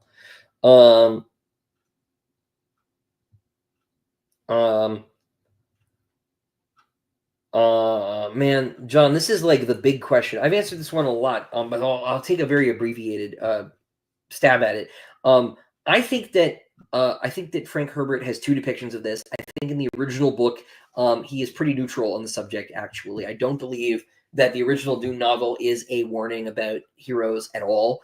I think the epigrams kind of tilted in that direction, but I think in the main narrative of the book, Frank completely fails to make a case against heroes. I think Paul is pretty soundly a case for them in the first book, and I think this is why most people don't like the sequels, because I think he swings so hard in the sequels against Paul, that it's almost implausible. I think it shocks most people when they get to Dune Messiah. I certainly remember being shocked by it. But like this is like, I think late middle school for me, and I didn't know that like putting books down was allowed. So I like read them anyway. And I was like, what is going on? I do not like this. Shape shifting is cool, I guess. But I don't broadly agree with Frank Herbert's criticism of charismatic leaders. I've said this before. When he says that, he means Mustache Man and World War II. But like, is Churchill not a charismatic leader, right? Is Roosevelt not charismatic? Is Patton for that matter, right? We need charismatic leaders, and we need heroes, which are not always the same thing, either, right? Those get conflated a lot in the conversation about Dune, but they aren't the same thing necessarily. I don't think Churchill is a hero necessarily. He's charismatic, but I don't know that he's especially heroic. He's not on the front lines or something. Alexander is, I think, charismatic and heroic, because he is on the front lines. But I don't think there are a lot of heroes in modernity. I don't think that the nature of the modern world and modern warfare in particular allows for these sort of like big, larger than life leader characters to be heroes. There are certainly micro heroic actions, right, on the part of individual soldiers and things. I wouldn't just diminish that for any money. But I don't think that our leaders are broadly heroic anymore. I don't think they can be. But anyway, I never sat well with me, because we can't do anything about it, right? Like, these people are going to show up anyway. Humanity produces larger than life figures. It just happens. And so I don't know like what the point of militating against that in literature is. It's like militating against gravity. And so the golden path I find largely silly, right? Like this idea that you can become an immortal worm man and give humanity a race memory of tyranny, right, as an antidote to the state, right? Because like largely Dune is a libertarian text, right? Like the series as a whole is trying to liberate humanity from control, and in order to achieve that, we need to have Paul and then Leto II, right? It's like, it is a very outlandish thesis. It's fascinating, and like as science fiction, it's very entertaining, but it's, as philosophy, it's quite silly, I think. So with Sun Eater, I sort of wanted to acknowledge, like, sure, heroes are complicated, right? But like, how do we handle them anyway, right? And to sort of move past that critique, and to try and actually do something, move forward in a way. Would I write an essay about Book of the New Sun like Wolfe did with Lord of the Rings? I certainly would. I just, I haven't had an opportunity. Any new tips for new authors who doubt themselves a lot? I don't know about tips, right? But like, let me ask you a question. What is the doubt? What is the doubt doing for you? Right? Is the doubt making your writing better, or is it preventing you from writing? Because like I doubt constantly, right? It's not hard. Like I get, you get like the one YouTube comment where someone is real nasty, or like really the ones that are really hard when people really just don't get it, right? They'll like write a paragraph about how the book is this, and it's like the opposite of what the book is, right? And I am like, I'm not a death of the author guy. I'm clearly alive, right? Now that doesn't mean, right? Like this is why I'm saying like I need to stop answering a lot of these questions, because I shouldn't be putting my thumb on the scale. Like I said what I needed to say in the books, and like you need to read them, right? Like it's one thing for me to talk about art and stuff, but to talk about my art is increasingly inappropriate, I think. And I'm trying to quit. But like I when someone will write a paragraph, or send me an email, or they write a Reddit thread and they really don't understand, right? It's like I should just quit, right? Like this person just doesn't get it. But like it's that person, right? And so I say this just to say that like I have doubts all the time. And if those doubts are stopping you, and they do stop me sometimes, not permanently, but they stop me for a couple hours, or a morning or a day, so like you will get stopped, you will have doubts, right? And you need to, like, the doubts need to be questioned, right? Like in like the first question, a question like all doubt is, right, really is like, is it me? Like, am I the problem? Right? And you should ask that question. And it's good to ask that question. It's useful artistically, creatively to ask that question. But you can't let that question stop you. Because ultimately, right, to create anything, even if it is bad, right, is almost always better than not to do it. Now, there are exceptions. I think if what you're creating um, is making the world worse, right, and that's a separate conversation, right? Like, if what you're making is making the world worse, then don't do it. But like in any other circumstance, is better than not doing it, right? It's like I can't go to the gym. I'm a fat person, right? Like, it's a conversation I have with myself frequently. But like it's better to go, right? It's better to do the thing and to have done the thing than not to do it and do, like, constantly wonder. It's better to write something badly than to not write. And so and by writing, you're already doing better than the part of you, right, that doesn't want you to do it. And that part of you that doesn't want you to do it is the sort of captain of all the people who tell you what you've done sucks. So just you can use all of those questions and that doubt to make what you're doing better, and to ask questions about what you're doing, and to sort of turn those doubts into your internal editor, right? But if it stops you, that's a problem, because it shouldn't. And you shouldn't let it. So don't. You just gotta, um, you know, get your butt in gear, I guess. And that's not, maybe that's not helpful, right? I don't know, but life is very short, actually, and so if you want to write, you should do it. And hopefully that's some motivation, if not necessarily a tip. Um,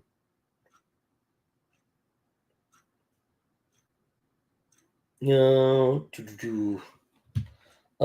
is a bit down, glum. Am I misreading this? Hadrian's always glum, for sure. How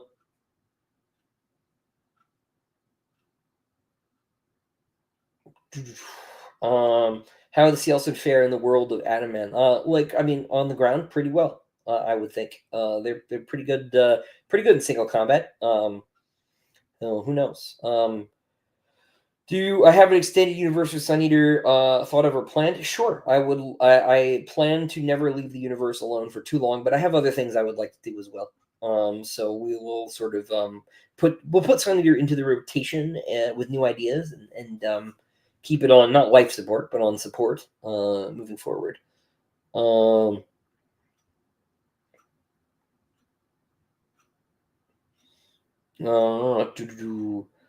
Any inspiration for the library in Demon and White? Beautiful scenery. Not particularly. I don't know where I got the layout for the building from. Well, the doubt is about the originality, enjoyability of the work. You know, that's a hard one, right? Because like the principal criticism I receive is for not being very original. And I think those people broadly are not reading very closely. It's easy for me, right? Because I'm very disagreeable. And so like stuff like that just won't stop me, right? It might make me miserable. But it won't stop me because ultimately what I want is nothing more than is to put my thumb in the eye of the person who said this thing. And so if that's not you, right? And you want to like in your senses that you like sort of want to get like sort of the emotional ground around you, right, safe again, right? You want to make it to where it's like, oh, it's just okay, like it's okay that the book is this way. I lost my thought. The question is, do you enjoy your book, right? You cannot possibly answer that question for anybody else. You have to hope that you are a sufficient analog for your reader, right? And maybe you're not, right? It's possible, right, that what you are trying to work on just isn't appealing, right? But the way you'll know if it's appealing is if it's appealing to you, and if there's anything about it that's appealing, right? I frequently think my books are bad, right? Like when I'm working on them. Like I was saying earlier, it takes very far into the process to have a clear sense of the art as a whole. And then once I get that picture, it's more relaxing. Um, but you have to believe in the idea, right? Whatever the idea is. And if you still love the idea that's at the bottom of the work, then the rest of it will be okay, because you can't get a full picture of what it is you're creating until it's close to done, right? And really until it's done. You should never go back and like edit your book as you're working on it. It's a fool's errand. It's a good way to drive yourself crazy, because you can't really appreciate what it is until you can see all of it, and you can't do that until it's done. So like my recommendation would be to just keep going forward. Don't worry about any of that stuff. Tell the story, and then worry about that stuff later when you can see the story for what it is. Let's see, super chat here. Mason, will I be at Dragonsteel? My girlfriend and I are attending, and we love to meet you. That is my plan. I intend to be there. Yes, thank you for the super chat. Do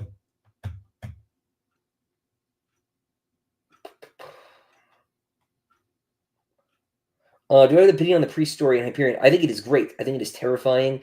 I have some quibbles with the theology. I cannot see Teilhard de Chardin being sort of mainstreamed in the Catholic Church to the degree it is in that world building. I think it is interesting as a choice, but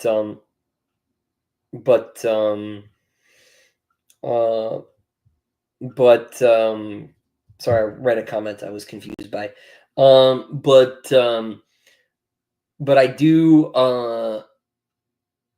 like it. I think the character writing is great. I love the epistolary format. The Bikura and everything are really, really cool. It's my favorite story in Hyperion. And I love pretty much all of them.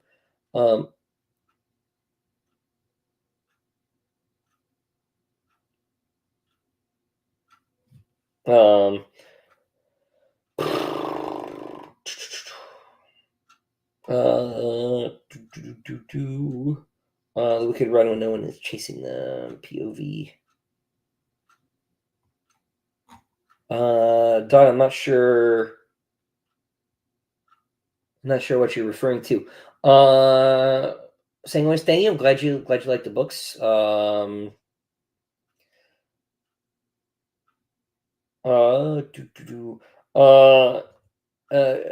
Caritas is supposed to be the Catholic planet. I haven't like fleshed it out at all, but that's like where the Vatican got moved to, or where its successor is.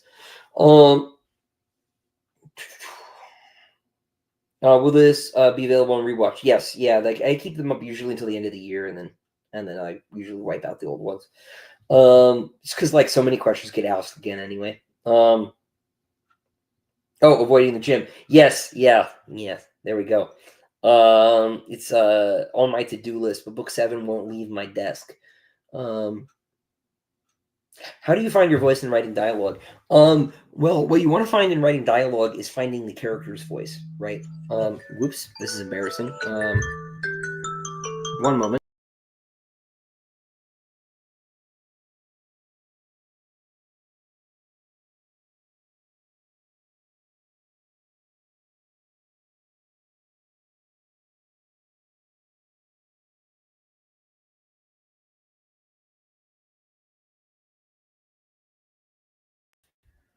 Sorry, my camera is my phone, and my phone has an alarm, and the alarm went off, so I needed to fix that. But you want to find the character's voice, right? And to do that, you want to give the character. The easiest way to do this is to give the character, like I was talking about earlier, a kind of talisman, right? A mode of speaking, a like trait in how they talk. The example I always use is like Polino curses a lot, right? That's like a really easy sort of example, right? A really good sort of masterclass in this is Book of the Long Sun by Gene Wolfe. All the characters have really pronounced sort of vocal tics, and the result of this is that you can tell who is speaking even without speaker tags, even when there are no speaker tags for a long time, even when a character might be possessed by, taken over by another character, something will change, and they won't tell you that this has happened until chapters later. Um, and um, and so if you can give your character a sort of thing, um, that is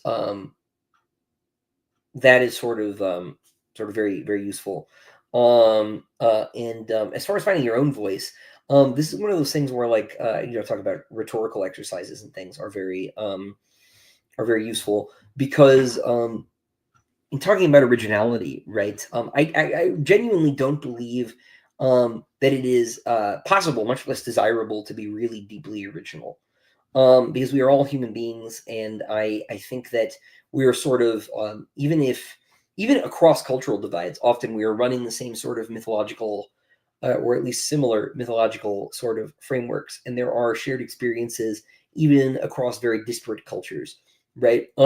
Although there are also differences, right? And those differences can maximize in particularly mythological ways, right?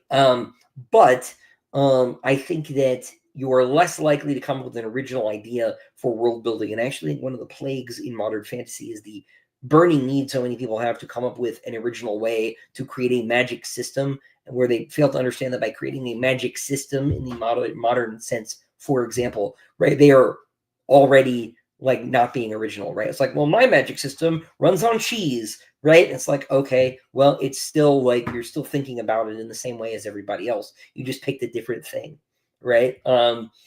You know, and I pick on magic systems because I hate them. But uh, but where you can really be original is in your voice and is in how you can talk about universal experiences. And you do that by writing, and by reading about writing specifically, not about storytelling, but like doing grammar exercises and doing rhetorical exercises, and so on. Uh, that is where you can most become yourself. So I would look at that. I always recommend you go to rhetoric.byu.edu and sort of look at their rhetorical guides. I think that stuff is very fun. Um, and can be very useful. uh Sorry, that was a very the sentence got away from me. And that can be very useful, right? Because like what you probably need to do is practice the actual writing, right? This is where we get back to window pane prose, right? Actually, what you should be doing, right, is not trying to cultivate window pane prose because Brandon Sanders suggested you do that in a lecture. You need to write and get an appreciation for your language, whether it's English or Spanish or whatever, and figure out how you like to write, right? Because you might not like writing window pane prose, right? You might want to be very lurid. You might want to, use parataxis too much, right? You may not even know what that is yet, but you could, right? And you need to figure out how you like to communicate, right, as a writer, period. And that will inform too your dialogue choices. So you might need to take a step back before you even think about dialogue and think about who you want to be, right? Because you might not even know yet, and that's fine. I didn't really know, you know, maybe until book 2, right? Really, right? And in a certain sense, like I still feel like this is a question that's open, like it isn't closed. So,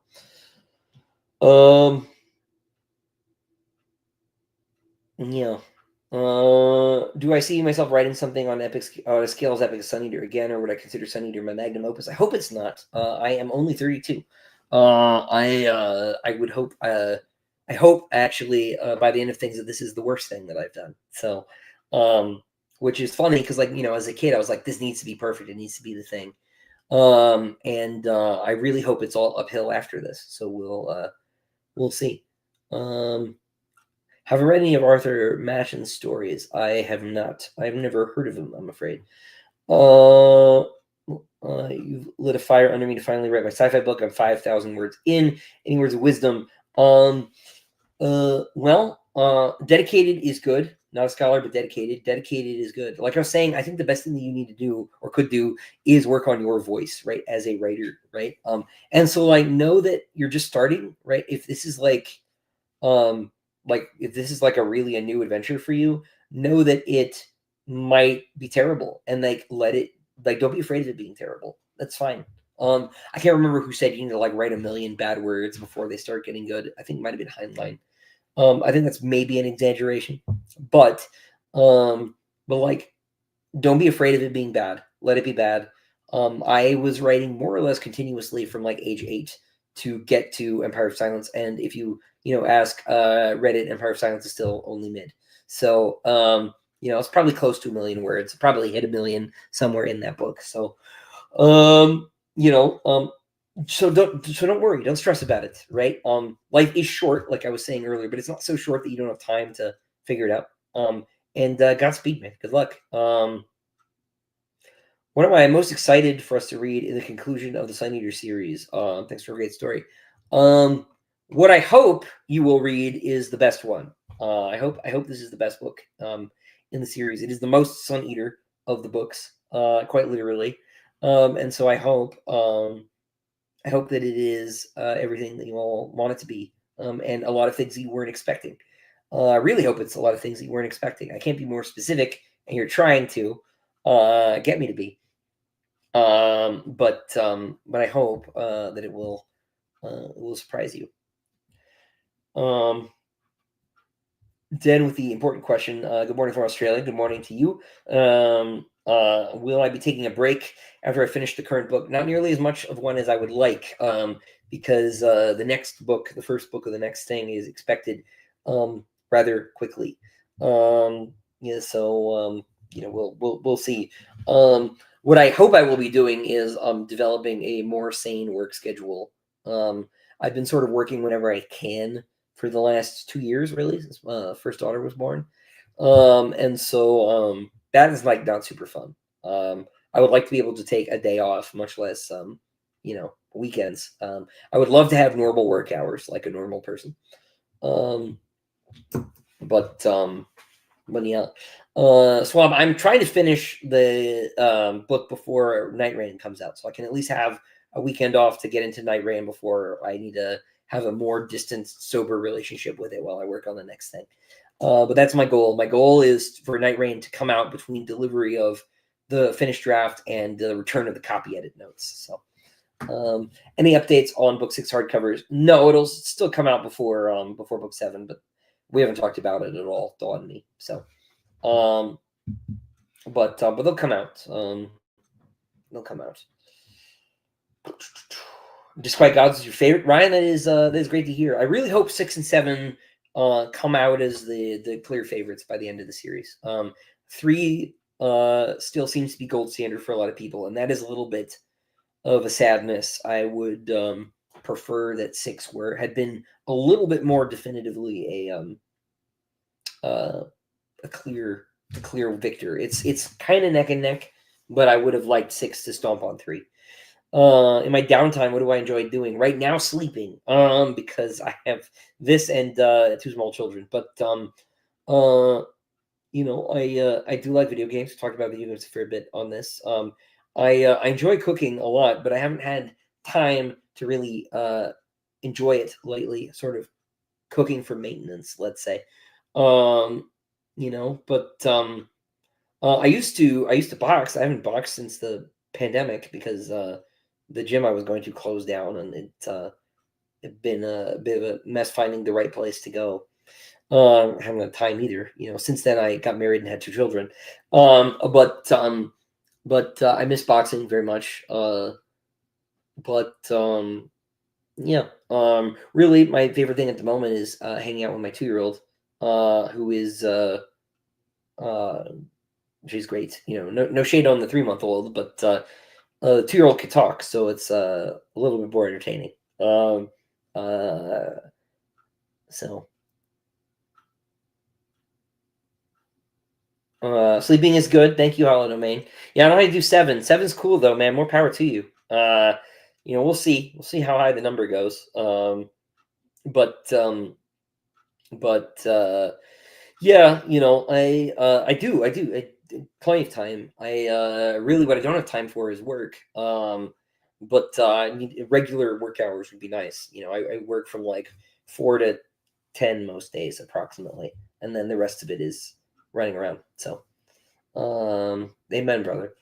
Um, did I model the headgear of the Chantry hierarchs on Russian Orthodox ones? No, they are Egyptian. They are Egyptian. Um, Book 4 is good, but it's hard to like, if that makes sense. Totally. Uh, a lot of stuff that I really like is good but hard to like. So, I completely understand. I just saw, like, Lord knows, I just watched Fire Walk with Me a couple of weeks ago, and it's hard to like, but it was really really good. Uh, I do not know when the shipping on the second printing of Broken Binding is supposed to be. I think it's soon. They were all signed, so my work is done. Um, any plans for a source book? No. Or an art book. I would love to do an art book. I don't have a plan for it, but I would love to do one. Yo, we love Twin Peaks. It is very, very good. I just finished The Return.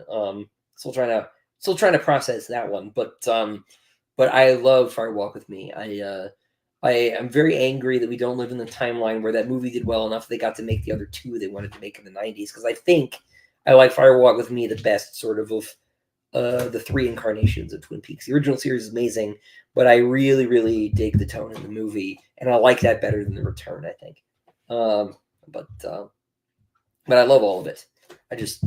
The movie was very special, I think.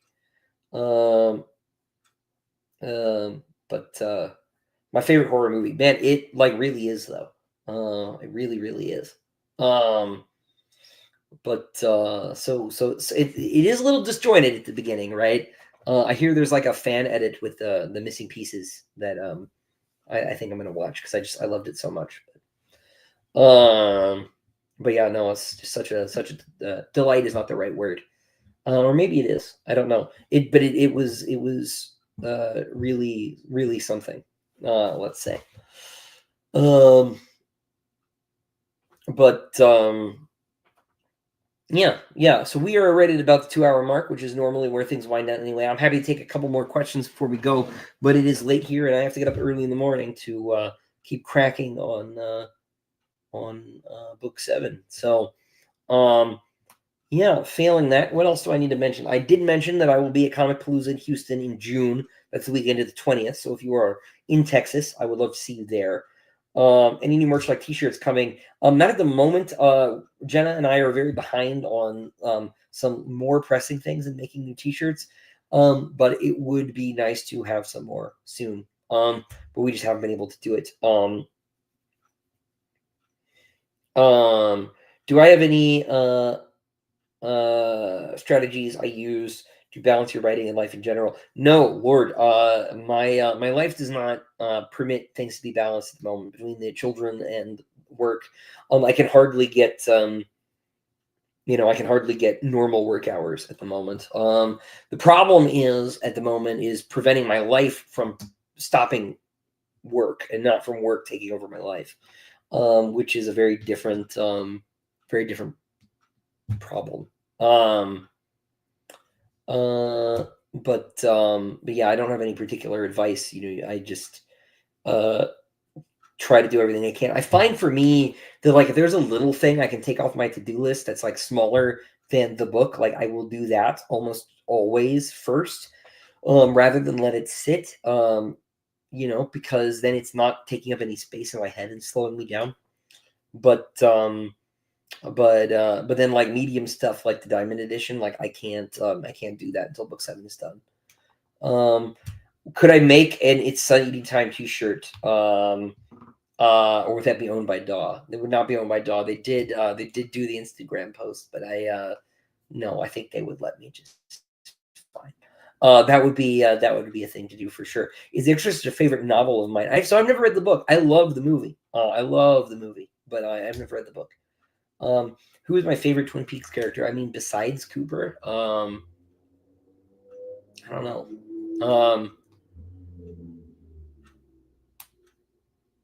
I like Audrey a lot. I like the Horn brothers because they are they're so like goofily evil. It's great. I like Gordon Cole because David Lynch is just wall to wall memes. He's a genius, but like he's just such a goofball. Yeah, I don't know. But it's Cooper, right? Like, of course it's Cooper.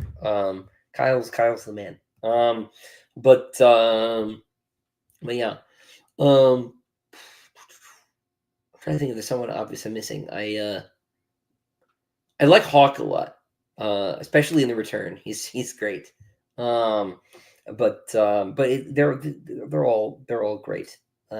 It's such a great cast. It really is. Bobby's also the man, especially in The Return. He like it's nice. It's nice that these people, like, this is true of like Ben Horn too, right? Who were like pretty irredeemably messed up, like turned out okay, right? That was a really nice sort of element. Is sort of the not normalization, but like the stabilization of these people's lives. There's a weird comfort in that, I think.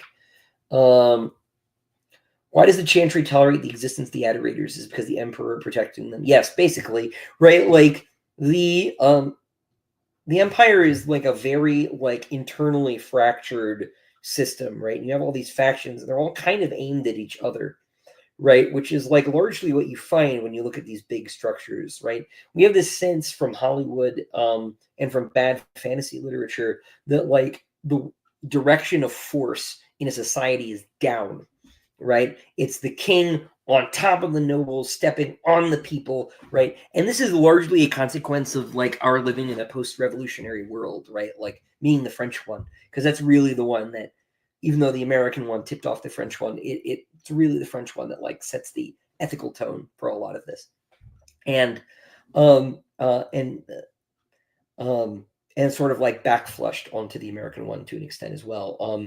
But like this is especially true in America because you've got the double impact of of both of those. And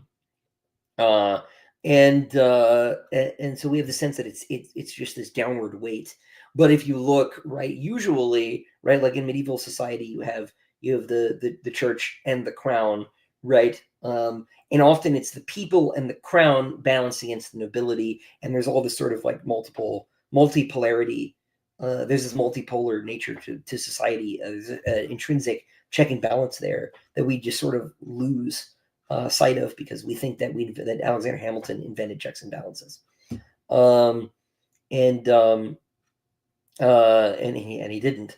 And so the different factions of imperial society sort of prevent, at least generally prevent, things like pogroms from happening because then the emperor would be upset, right? Anyway, that's the short answer. Last question, and then I need to go to bed because my wife is looking for me. She sent me a message on the other screen. Where's the second Adaman story? it is on the Patreon as an early access thing, which is why it is not a purchasable separate post. It will be in a book called Swords and Larceny out in fall, which is why it is only an early access post on Patreon. So that is where it is. What is my favorite kind of marble, as in the stone? You got me there. What time period would I like to visit? Constantinople, circa, let's say like right after the plague of Justinian. Or right before. Right before would be better. I don't want to catch it. I don't want to experience that. I just want to see peak Constantinople. That's what I want to see. Anyway, let me run, folks. I will see you all again very, very soon. But it is late here, so I will cut and run. Until next time, ladies and gentlemen, farewell.